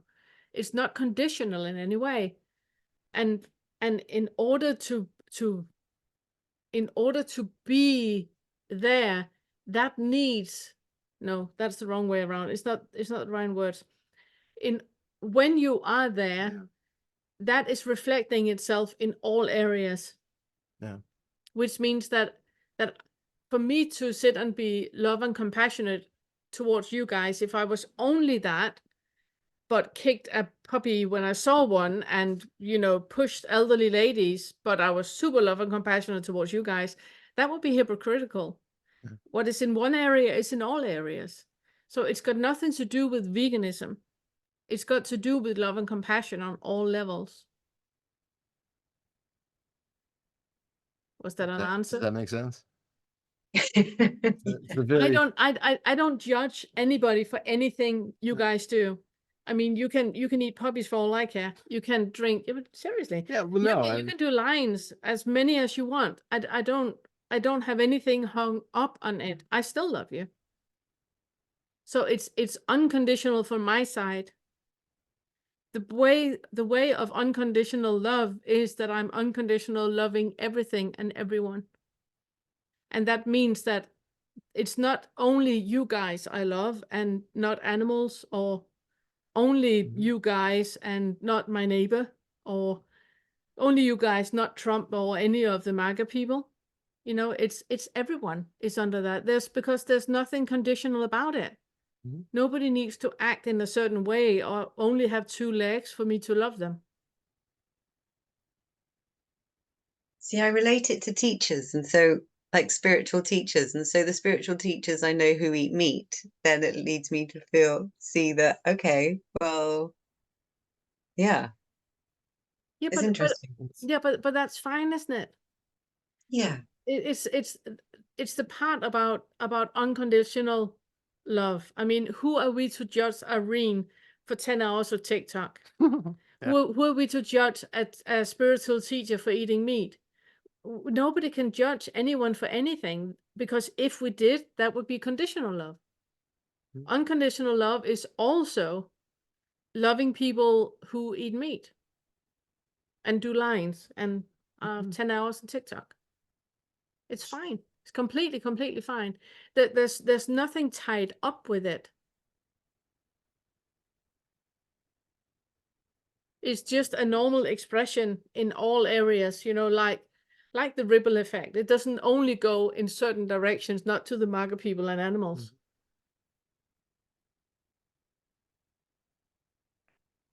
And I think some of it is that whether they're a spiritual teacher or whatever else, there are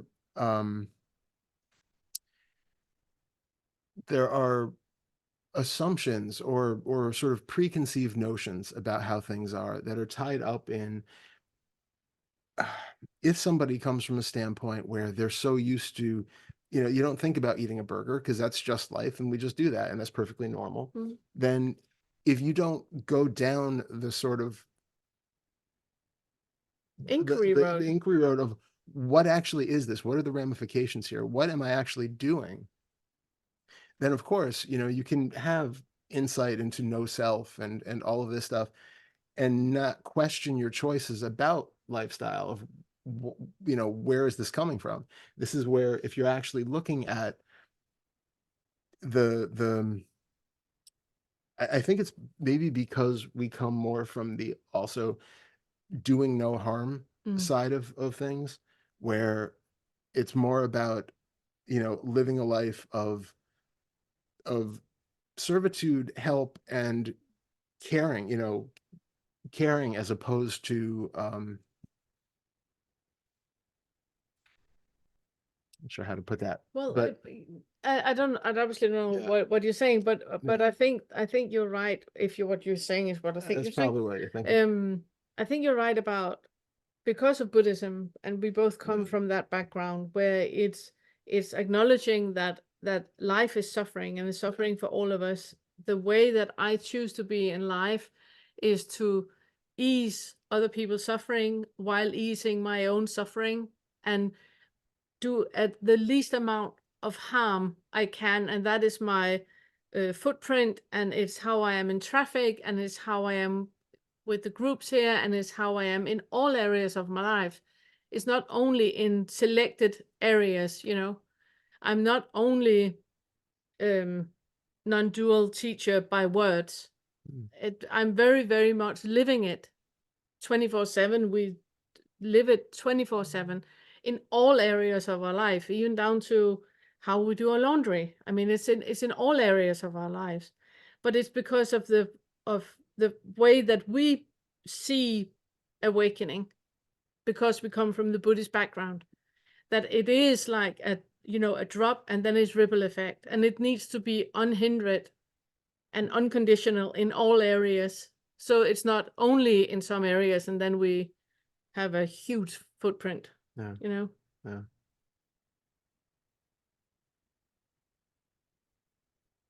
So to the teachers that you really, really respect and love and appreciate that are eating meat, can you be in a body you know, where they are allowed to be in the world the way that they are? Who are anyone to judge them for their choices? Yeah, for sure. Yeah, I'm not judging them. It was, No, yeah. exactly, exactly. And no one can. And it's also, I mean, while I can very, comfortably lean back when I talk about the bubble of reality, because I know I'm not pushing heteronormacy or meditation or veganism or awakening or anything on anyone. Who am I to know what is best for other people? The best I can do is just support where other people are. In that way, I'm supporting everybody equally.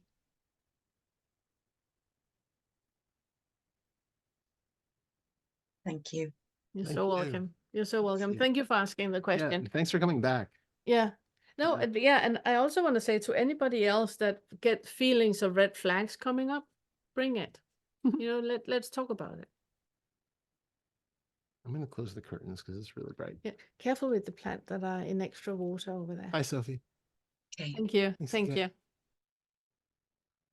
you. I get Jeremy. Okay. Hello, Hello. Hello. How are you, Jeremy? doing well, thank you. I will ask a meta question first because I realized this came to mind throughout the bulk of the call. The question that I have, or the issue might not be the most fitting place for it.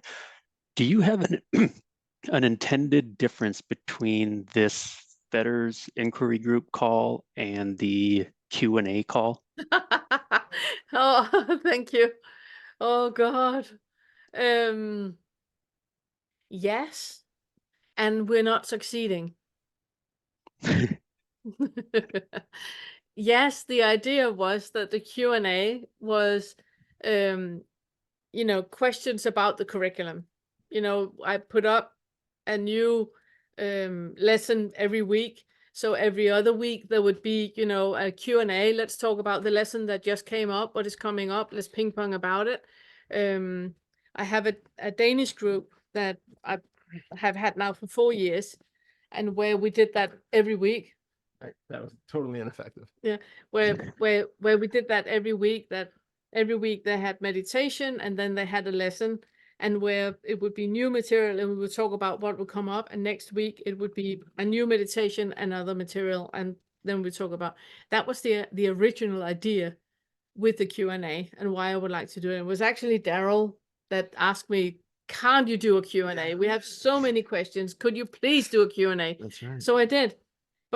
But the thing is that the way we work with the curriculum, the way we work with the Fetters, is with inquiries, which means that every time anybody has a question, there's always an underlying story about why that question is posed. And it's so difficult just to go like, oh, bubble of reality, there we go, next. So it's always turning into inquiries as well. So therefore we made the inquiry group so we could keep the Q&A to the Q&As and do the inquiries here, and we're not succeeding at all. At all. No, really the only difference is that I'm not at the Q&A because Yeah, I because you have a group. So Yeah. So yeah, so if you have a strictly, curriculum question, you're not allowed to ask it here. I'm okay with that. I can wait until next Friday. sorry. No, it's yeah, it doesn't really work. And then we talked about, it's also just landing in that acknowledgement. Okay, we have a group every week, and we talk about what we talk about. Okay, I'll ask my question. Thank you. I've got my bubble of reality. Yeah. I have conditioning, and something happens in my experience that activates something. Yeah. I feel it. I've heard, I think the most recent time was in the last 3 continents discussion. Someone had mentioned this notion of there being no connection between the sensations and anything else. Mm. And when I hear that, I see this, I don't know the right word, this difference between, well, there is a bubble of reality that has conditioning that can be activated by something in experience, and yet there's no connection between sensations that arise around or that may be correlated with that activation and anything else. Mm. And so I guess I'm curious, is there a more subtle way of thinking about this or describing it Yeah. that doesn't seem to completely dismiss a relationship that also seems to be there? Yeah. Mhm. I love your question. I really love your question. The when we start out with working with the bubble of reality, it's very much about realizing that, okay, everything I judge other people about is about myself. It's something that I cannot be in a body with. So I'm diverting from the icky thing that is happening here. I'm diverting over to them, so they should stop doing it, so I don't feel like this. We use the bubble of reality to become aware of that. And the more we immerse ourselves into the realization of the bubble of reality, the less we talk, because we realize that every time we open our mouth, every thought we have, everything we think we see, and everything we think we hear, it's not happening. It's happening in here. If you, every single time that happens, if you just stay with that and you feel into it and you detach the thought about it and you sit with the sensory experience, and it might, bring another thought that creates another sensory experience, you detach the thought, you sit with the sensory, so you just stay with the trauma over and over and over and over. The memories that you have that are activated will start to fade, because the memories are only there to remind you of something that has not been heard. So the more you stay with it, the more all those memories are fading, which means that you will be left in a very, very quiet bubble. So somebody can say something and nothing arises. You see completely clearly that there's no connection between what they are saying and anything, because it's just quiet. Did that answer it? I think so. What I'm hearing is that one thing that stuck out at me is that you had used the word detach, detach the thoughts, detach the stories. And so what I'm interpreting is that if something is activated, Yeah. and that you've got these sensations and there seems to be some thoughts and stories that arise, that there may be a connection, a relationship in that moment. And that is something that that can be dissolved over time when you look into it when it arises. And so go ahead.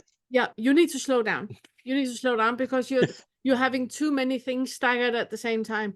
Do you remember the last Q&A we had? I think it was Anna that had a question about being,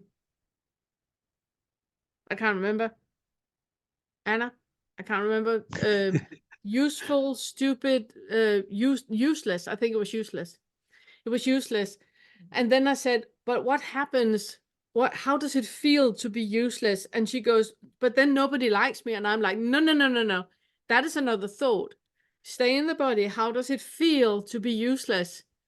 And then she was like, but I can't breathe. No. That is another thought. How does it feel to be useless?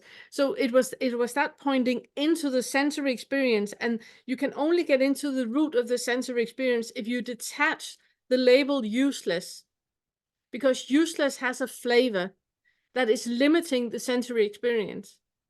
So you need to detach. You need to be aware, this is useless. I feel how it feels to be in the body that is useless. Now I detach useless, and then I see where this is taking me. Oh, lots of things are happening. The moment you try to describe what is happening, you're minimizing the experience. Detach, away with that. experience just this, and you will end up, well, shaking and crying and all of that, and then it's just quiet. And then you can take useless in again and go like, nothing. Or you take useless in again and something else starts. Okay, off we go, detach useless, and then just experience that what is happening. So it's that really coming back to the body, because the word is not it. It's the sensory experience, that's it. The word is just, an indication of this is what we're going to talk about. This is what we're going to feel today. It's like when I, in the meditation, said family. That is enough to evoke, different experiences on so many levels, that whatever comes up, you just stay with that, stay with that, stay with that. But you need to detach the word family, because it's minimizing the experience. So go back to what you asked. When something is arising in your body, you need to take it word by word. You can't have it like in full and then, because it's a post-it with a post-it with a post-it with a post-it. It's way too many post-its to deal with. So it needs to be one post-it first, feel it, let it arise, detach off with that, and experience what is going on. And when that calms down, take the next post-it. That's helpful. Thank you. Good. Did you want to add something? Well, I was going to go with just slightly different from Off you go. because I love all of that. But I was just going to say, generally speaking, when a lot of people come into this stuff, they don't have a lot of sensory awareness with the body. And we tend to think when you're experiencing anxiety, there's just anxiety. And it's like not really delineated as to what that even means. It's just, I'm angry, I'm anxious, I'm, and there's like no question about what that thing is, or if there's any sort of space between the one who is supposedly feeling it and the actual emotion itself. And so the first thing is breaking it down and recognizing that the feeling of anxiety is a thought about something that could potentially happen in the future and certain sensations that are happening in the body. And to your point, when we say that they're not connected, they do kind of simultaneously co-arise at a point, or seem like they're simultaneously co-arising. So you have a thought about tomorrow's presentation and the sensation in the stomach hits. And they do seem to be connected at first in that way. But as Pernille was saying, the two are not, when we say that they're not connected, it's more of a pointer into the experience of recognizing that actually there is just a thought about a presentation and there is just sensation in the stomach, and that those two are not actually one thing. It's not one solid unit of anxiety. It's they might arise so fast together that we can't tell which one came first, but they're there, but they're not together. We can just let the thought go and recognize that there is just sensation in the stomach. And if we are not having the issue with, if I have no anxiety of public speaking, then I'm going to have a thought about tomorrow's presentation and my stomach feels totally fine. So the two things are not necessarily connected. And so that's what we point to when we say that there's no connection between them, because they aren't, but they do arise simultaneously. And I just want to build on that, because Todd, he's really, really good at finding, for example, let's say what you just talked about with presentation that is happening, anxiety that is happening, and then you're really good at asking into the experience, because what you normally find is that it's like there is, in that bubble that is in the body where anxiety is happening, it's just sensory experiences. But one of the sensory experiences that are happening is like a little bubble on its own, and that has a full life. So, and that is what you then do by zooming into that and really looking into that, because that sensory experience can have very, very subtle thoughts or images attached to it that we're not aware of. And that's what Todd, he does magnificently in his guidings, where it's really looking into, can't come up with anything, but you know what I mean, that there's like a little bubble that has its own life with images, with conclusions, with assumptions, and all of that we're not aware of. We're not even aware of. And that needs to be looked into when we go into the body, into the sensory experiences. And that's why the one-to-ones with you are magnificent. Thank you. I always listen to the recordings because I love it so much. But it's like, to what you were saying, it's like, you know, if you have a thing about tomorrow's presentation and you feel this sensation in the stomach, if you go into that sensation in the stomach, you might have a quick flash of a time when you were in 8th grade and you had to give a class presentation. Yeah. And it's like, okay, well, that was it. Well, no, that thing brings with it this whole other basket of emotions and sensations in the body that are being Smell of echoed. lunchboxes and Yeah, yeah. exactly. Yeah. So there's all this stuff that is nested in that one brief little flash of an image that you get. And so then you can kind of dissect that. Well, why was that, you know, a relevant thing to just come up 40 years later? And so, yeah. And that is what I mean with that. It's like that little experience Yeah. has a full life with images and assumptions and conclusions and all of that. And that's why it's so important to keep zooming in and zooming in, slowing down and zooming in and zooming in. Because when we are using the Post-its, it's really just diversions. It's just anxiety, and everybody goes, ooh. And nobody's the wiser because we haven't looked into the sensory experience of it. Thank you. This is really helpful. One phrase that comes to mind in those moments for me, when there's the thoughts and the sensations, is this. I think this may seem connected, but it doesn't have to be. And then I let the thoughts go, and I'm with the sensations. And so this has been super helpful and clarifying. Amazing. Thank you. And then when you look into it, see if there's another little bubble with a full little life. Yeah, amazing. Appreciate it. Thank you, Jeremy. Thanks, Jeremy. Thank you. Good seeing you.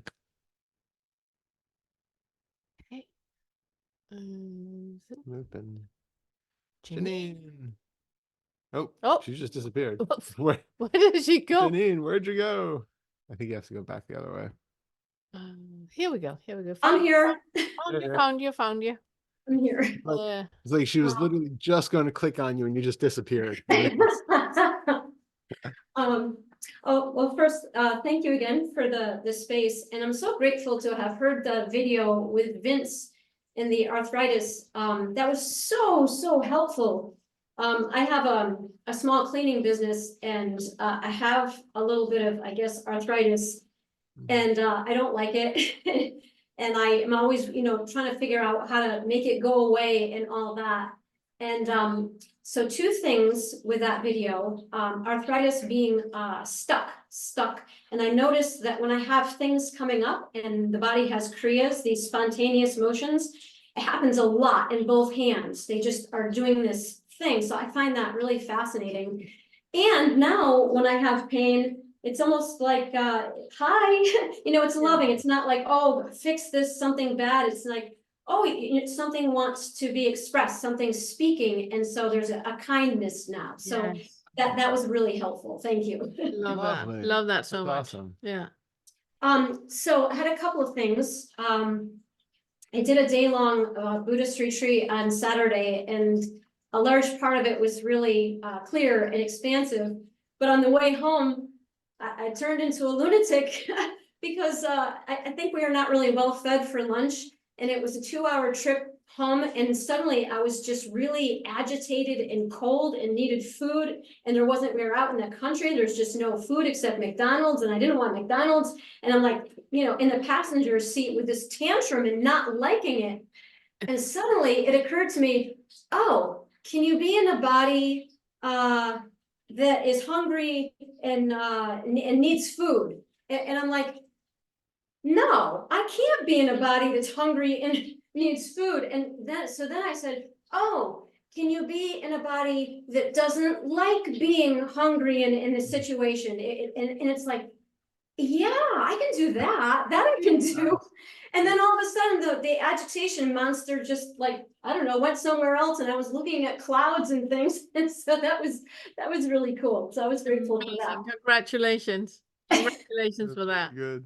I'm glad the memory came of Uh-huh. it. Okay, so now the disappointing thing. Last weekend, actually, it began the week prior with all this drama, grievance stuff with a friend of mine, and it was so hard. It brought up a lot of anger and defense and all this craziness, and I actually constructed an email and sent it to Todd, which was helpful. But the drama, it was just going on and on. And I had to go to a band practice, and this person, Neva, my friend, was going to be at this practice, and I didn't see how that could possibly happen because I couldn't stand the thought of being in her presence. And so a bunch of thoughts were coming up. Well, I don't have to go to this. I don't have to sing for this church group. I can just not show up, and it's just a bunch of thoughts. And there was an awareness that, okay, what you really need to do is sit down and feel your shit. And somehow, like, that never happened. And I knew that I had to do it. I knew that I had to do it, but it was, I don't know, I guess so. I don't think I could do it. I remember, we went out for ice cream instead. And I got 2 scoops instead of 1. God damn it, I'm having 2 scoops. So like, there's all this distraction stuff going on, and I'm not feeling my shit. So Monday comes along, and I don't want to operate from obligation. So I didn't. And yet I still had the feeling to go to this group. So it's like, okay, well, I'm going to show up and we'll see what happens next. So Neva comes in, and in the beginning, I couldn't even meet her eyes. I couldn't even look at her. And the other musician who knew that there was something going on, he says, well, does anybody want to talk about the elephant in the room? And Neva says, no. So, and then we just started playing the music. And what's really funny about this whole thing is apparently it was our theme music, because it had to do with stepping into the flow and letting it go. We open our heart, I don't know, all this stuff. And we're just like not talking about all the drama, not feeling the drama, but simply like it was a musical and we dropped everything. And so somewhere along the line, we're embracing one another, and it was amazing. So looking back, there's a sense of why can't I just sit and feel my shit? Like, why can't I just do that? And yet, I did become really aware of like some beliefs. So I got a lot of judgment and a lot of thinking that I know. So if Neva is overweight, I know that, well, she should be eating this and she should be doing this. And if she has a messy condo, I can help clean, but she should, all this should stuff. Yeah. And I tend to try to help when I can, but sometimes that's like turns into resentment somehow. And I see the setup of this game. Like, I think I do a lot of people pleasing to make myself indispensable so that I'm needed. So I haven't like felt the shit, but I see a lot of these operative beliefs, and it's really humbling actually, because yeah, I don't know shit. Do you see the similarity with you sitting in the car and being hungry and not want to be in a body that's hungry, but then you allow yourself to accept that you cannot be in a body that is hungry? Can you be in a body where you cannot be in a body? Can you accept the things are as they are? Do you see the similarities between that and then coming to the orchestra? Not talking about it. I don't want to talk about it. So, okay, can you be with that? You don't want to talk about it. And that gave you the same acceptance, the same space. Yeah. It's like this little willingness, just this little willingness, like opens this great space. But when you're doing that, Janine, you're not judging. You're allowing what is. You're not judging her. You're not judging you. You're allowing what is. You're not judging the hunger. You're not judging McDonald's. You're not judging the orchestra, anything. Everything is allowed to be as it is. Can you butt out of it and just allow it to be as it is. Yeah, I can do that. I can do that. Yeah, I can. And that is the same. That is the copy paste that you're doing at the moment. That is where the focus is. And with that, you're building your boundaries, because you telling another person what body they should have or how clean their condo should be, that is you crossing boundaries. You know, that's super, super disrespectful, which means that you have a hint of disrespect towards yourself and your own boundaries. But what you're doing right now is helping reinforce your boundaries by allowing things to be as they are, not butting in and wanting things to be different, but just allowing what is. And it is anyway. It's not like you're, doing something huge. You're just butting out, you know? Sometimes it feels huge. Yeah. It's a very vocal nuisance part.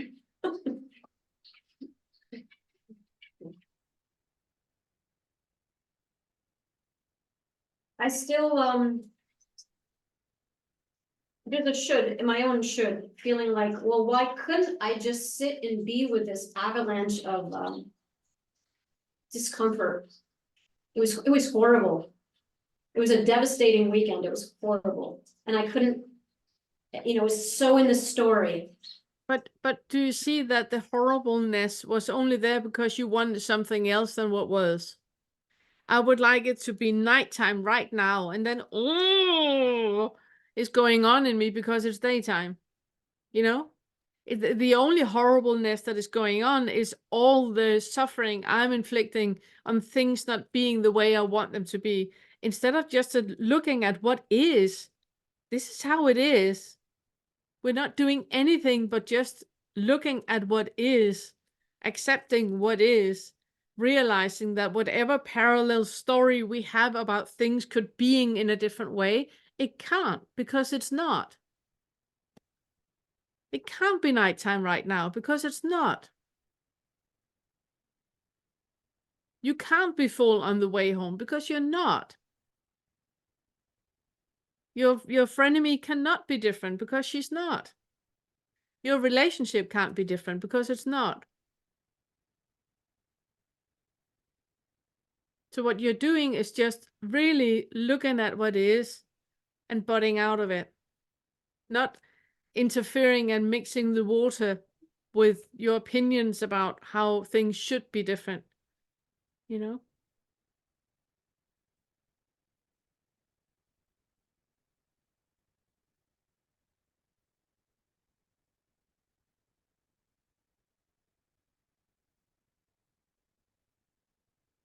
Do you know the book, The Little Prince? I think we might have read it in high school, Le Petit. Yeah. Yeah, exactly. One of the planets he come to, it's a planet where there's a king, and the king, he says that he rules everything. He decides everything. So he looks at the clock and goes like, I decide that it's 12 o'clock. It's 12 o'clock. I decide it's daytime. It's daytime. I decide that the sun will set in half an hour. He says half an hour before the sun sets. So he believes himself to be king because he's just absolutely deciding on everything that is as it is.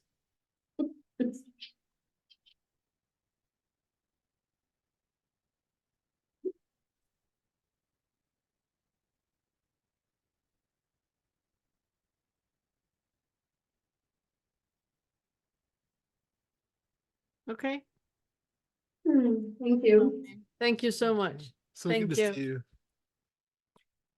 I need to ask you, you have another one today? I do. When is that? I have little. We've only got Anna left. I think we're okay. We can Okay, we can good. just take Anna and then that'll be it.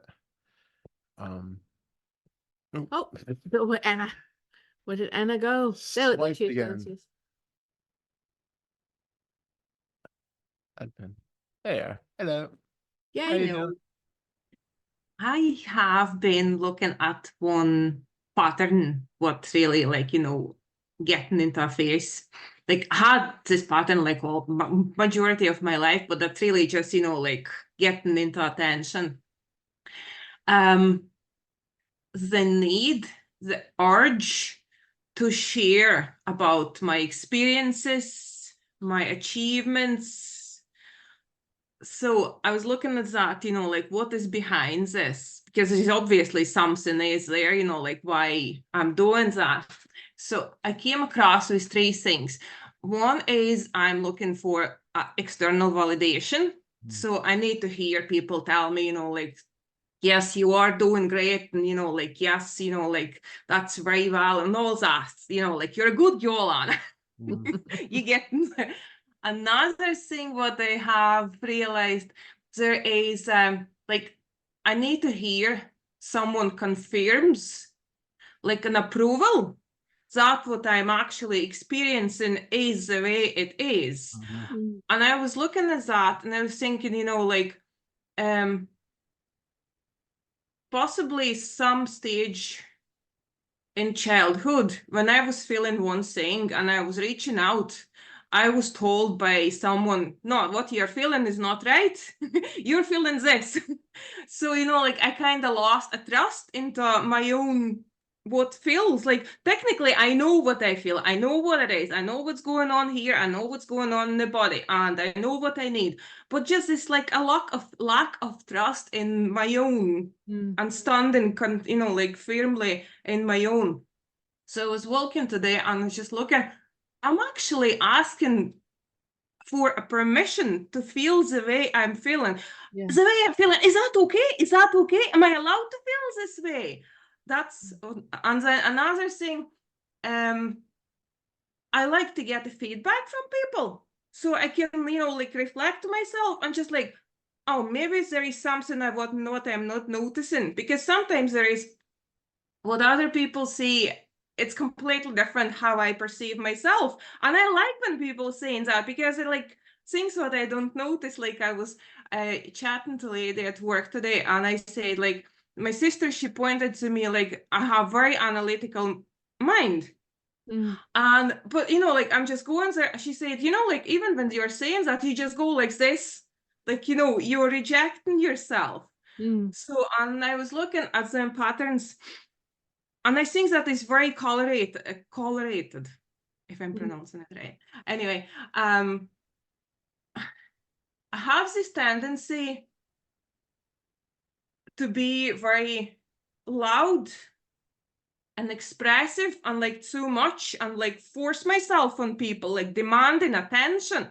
And same time, I'm very afraid, like I can see that is pushing people away. So I'm kind of minimizing myself. So I'm kind of in the conflict with myself. I want one thing, I'm pushing it out, and then I'm pushing it down. Yeah. It's like gas and brake, and that's just like all here. Yeah. And oh yeah, yesterday I was watching your latest video with 3 continents, and where Kathy was talking about standing in barista, and then he said, you know, like sometimes we need to allow the story to come up. And it's actually what was needed at that moment. Everything what I tried to suppress and just keep down because, you know, like story not supposed to be there. It all came up and it was just such a release. Yeah. And then later on, I was sitting and I just like, okay, sensations here, just staying with sensation, the touching thoughts, but they are just stories, they're just stories. And like next thing I see, you know, like saying this, it was like instantly squeeze here and that only one word came up, dismissed. So, you know, like I'm not allowing myself to be seen and heard and I'm dismissing. And that's exactly what I'm doing to myself. And that's exactly what I'm, you know, like reaching out to get at. So it's just like so much conflict. I completely hear what you're describing is what is that called? An adult child of gaslighting. Oh, I think it's gaslighting, yes. Because when we're children, we have no boundaries. Our boundaries need to be taught. And so we are like completely open, and we are constantly looking at our parents to kind of find out where our own boundaries are, what is okay, what isn't okay, but also what our experience is. So, for example, we can take some broccoli in our mouth and go like, oh, like that, we don't like it. And the parents go like, no, you like it. You like it. Have some more. And you go like, oh, you don't like it. And they go like, but it's good for you. Think of all the hungry people in starving people in Africa. You eat your broccoli. It's good for you. It's good for you. You like it. You like it. That is enough for a child to go like, oh, so this is me liking. Okay. Whoa, this is me liking. Okay. So we create, clearly we've been gaslit. We have a very, very clear experience of this is not okay. I don't like this. But we are being told that we like it. And then we get confused and we start to go like, oh, when I'm with that person, oh, I must like them because it's the broccoli experience. It's also, I usually use an example of like, you don't want to wear the red shoes because the red shoes are hurting your feet. Your parents are telling you, you have to wear the red shoes and you're going to have fun anyway. You go off, you're wearing the red shoes, and obviously you're going to have fun and laugh at some point because you're a kid. When you come home, the parents are going to say, do you see how much fun you had? You're happy in the red shoes. And then you start to doubt, okay, so I'm happy, but it felt like it's not comfortable. And then we get confused. We don't know where our boundaries are. We're not mature enough to know that we can have discomfort in our feet, hate the red shoes, and laugh and have fun with all the other kids. We're not aware that that is actually possible because we're not mature enough to know that. But that is enough for our innermost, like little kernel of sense of self, to the boundaries into that being completely dissolved. So what we need to do is to start to build the boundaries, start to have a solid sense of self. This is me. I need you to laugh at my joke so I feel validated. So I'm going to tell you a joke now. You have to laugh. Okay, that's a deal you and I make. I tell you a joke, you laugh, and I feel, okay, that felt good. Next time, I'm not going to tell you to laugh. I'm just going to see what happens. But we need to build ourselves up as if we're children. We need to reparent ourselves. So you need to be really, really aware of what feels right, body yes, what does not feel right, a body no. And it helps you a lot to know that you have very physical reactions to a body no. You get clammy hands, your body language is pulling away, you will look away, you will start to deflect with your thoughts. There are lots and lots of signs that are showing that the body goes, nope, don't want to do that. If you can get over yourself and kind of notice that, then you can go in through the back door. You know what I mean? Oh, that's crazy. I got clammy hands. I'm pulling away. I can't feel that I don't want this. I think I want this because it's a really, really good idea. But I notice that my body is saying no. Okay, I'm going to respect the body. If you think back of your life with previous partners, with horrible decisions you have made, with all of the things in your entire life, you can think back and you, in every single instance, you have had a very clear feeling of a crossroad because your body told you something, but you told your body that that is not relevant. He's a good guy. That's not relevant. It's a good job. It pays well. You know? So 100%. think back on all those things, and then you will see that it doesn't really matter that you were gaslit as a child. It doesn't really matter because you can reparent yourself now. Your body has told you all along that you hate the red shoes, that you do not like broccoli, and that job is the worst job on the planet. Your body told you all along. So it's just about you pulling up, looking at it from above, and notice what is the body actually telling you in the situation, and trust that. I call it like inner wisdom, inner voice. Yeah. It's like, you know without knowing. You know, but you don't know how you know. Yeah.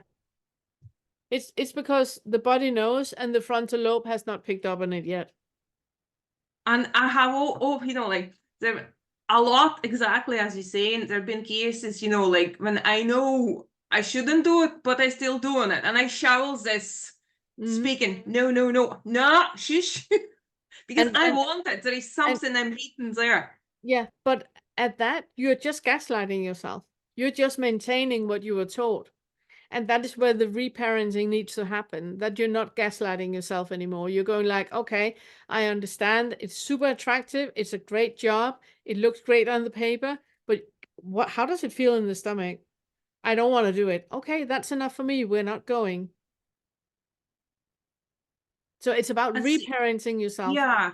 I see like with some stories, like because it just seems like I need to talk, even like to hear myself. Like even now I say this, I can feel instantly here. There's just this need to talk, need to express myself because I've been shoveled down, you know, like all the time. Even when I was sitting now waiting, I can say I'm the last one in the queue, you know, I was just like, oh my gosh, I'm not good, you know, I'm not going to be heard.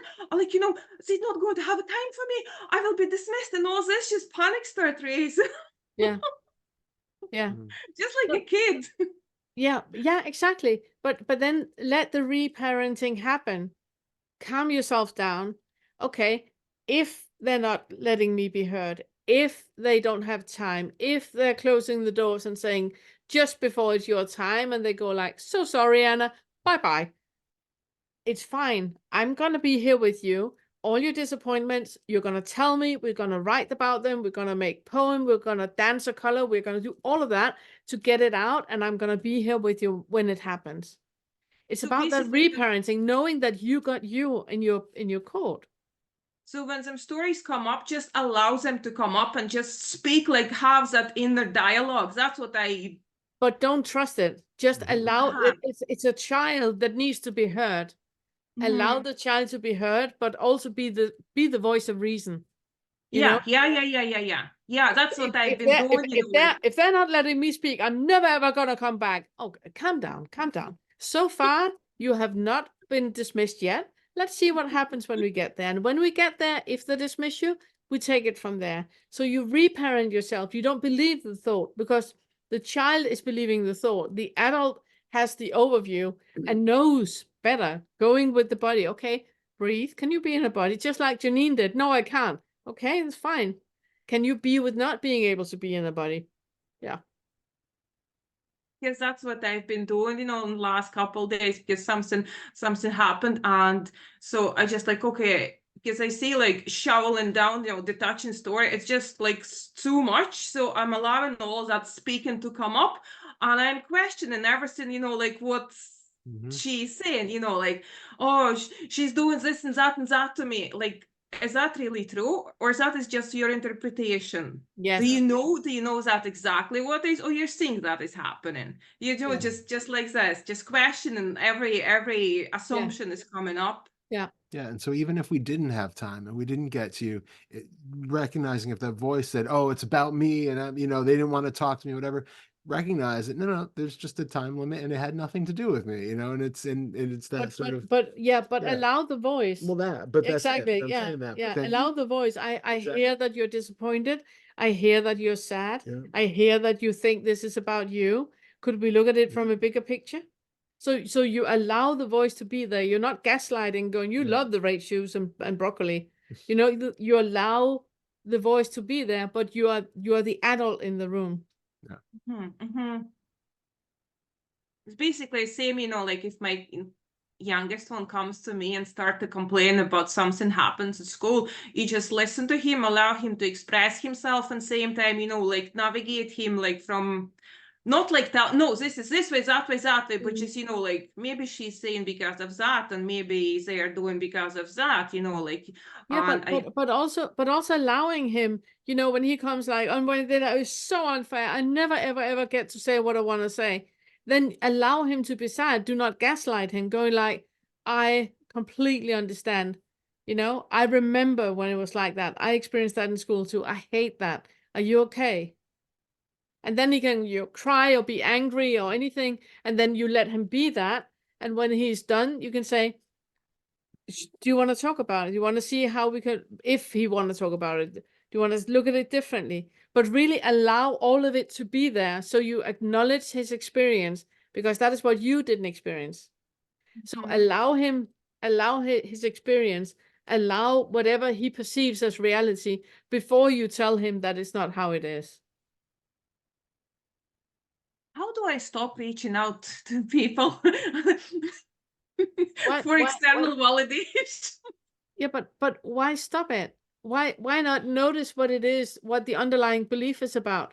Because if Because you I feel stop, like you're missing out on it. I'm feeling like I'm needy and I'm too forceful. What's wrong with being needy and forceful? And it's, you know, like you're too much, you're burden. What's You're wrong too with much being on people. what's wrong with being too much? Will be rejected. Get away. So what's wrong with being rejected?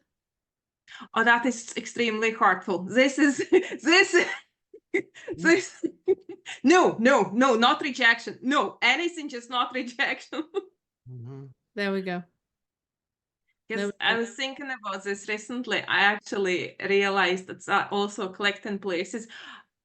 I don't know what does that mean to be loved, but I know how hurtful rejection is. So you don't need to love me, just don't reject me. I will do anything. I will be as quiet as possible, as less needy, as little as, you know, like I will do everything. I will take full care of myself. You will not hear me, you will not see me. Just don't reject me, please. Don't reject me. I will accept the shittiest treatment.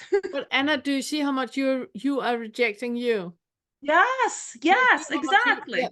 That what you whenever you're trying to play it small, you are rejecting you. Yes. So no matter how much they love you, you're still being rejected. Yeah, because I'm shutting down myself. Yes. Not allowing myself to take space because I'm fearing to be rejected. I'm rejecting myself simultaneously. So how do I stop? That's like running on the loop. Yeah, but it's about loving everything about you. It's about loving yourself so much that when other people reject you, it's fine because you're already loved. It's got nothing to do with you. When people are rejecting you, they're not rejecting you. They're rejecting parts about themselves. And you're the one that is judging Anna to be too much and too loud. They haven't done that.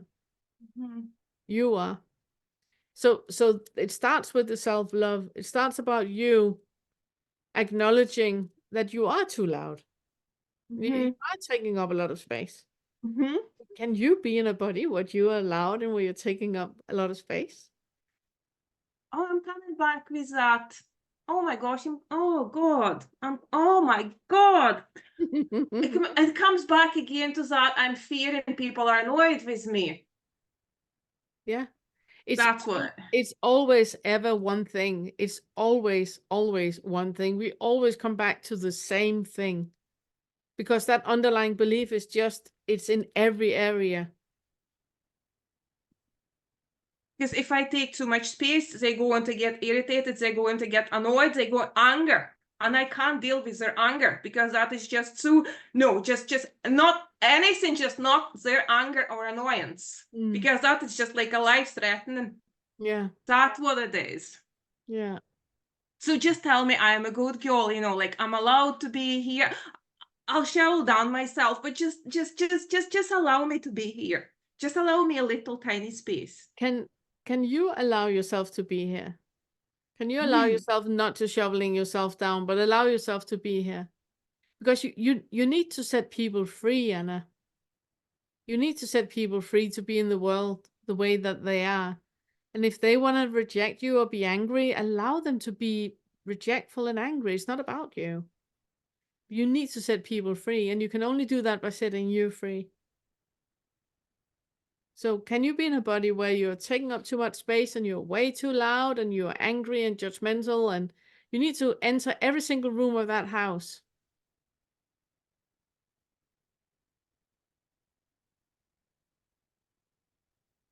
Yeah. You want to add something? That was really, really good.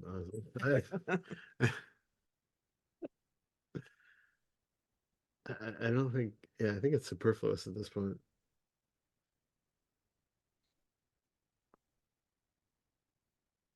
What you said. What she said.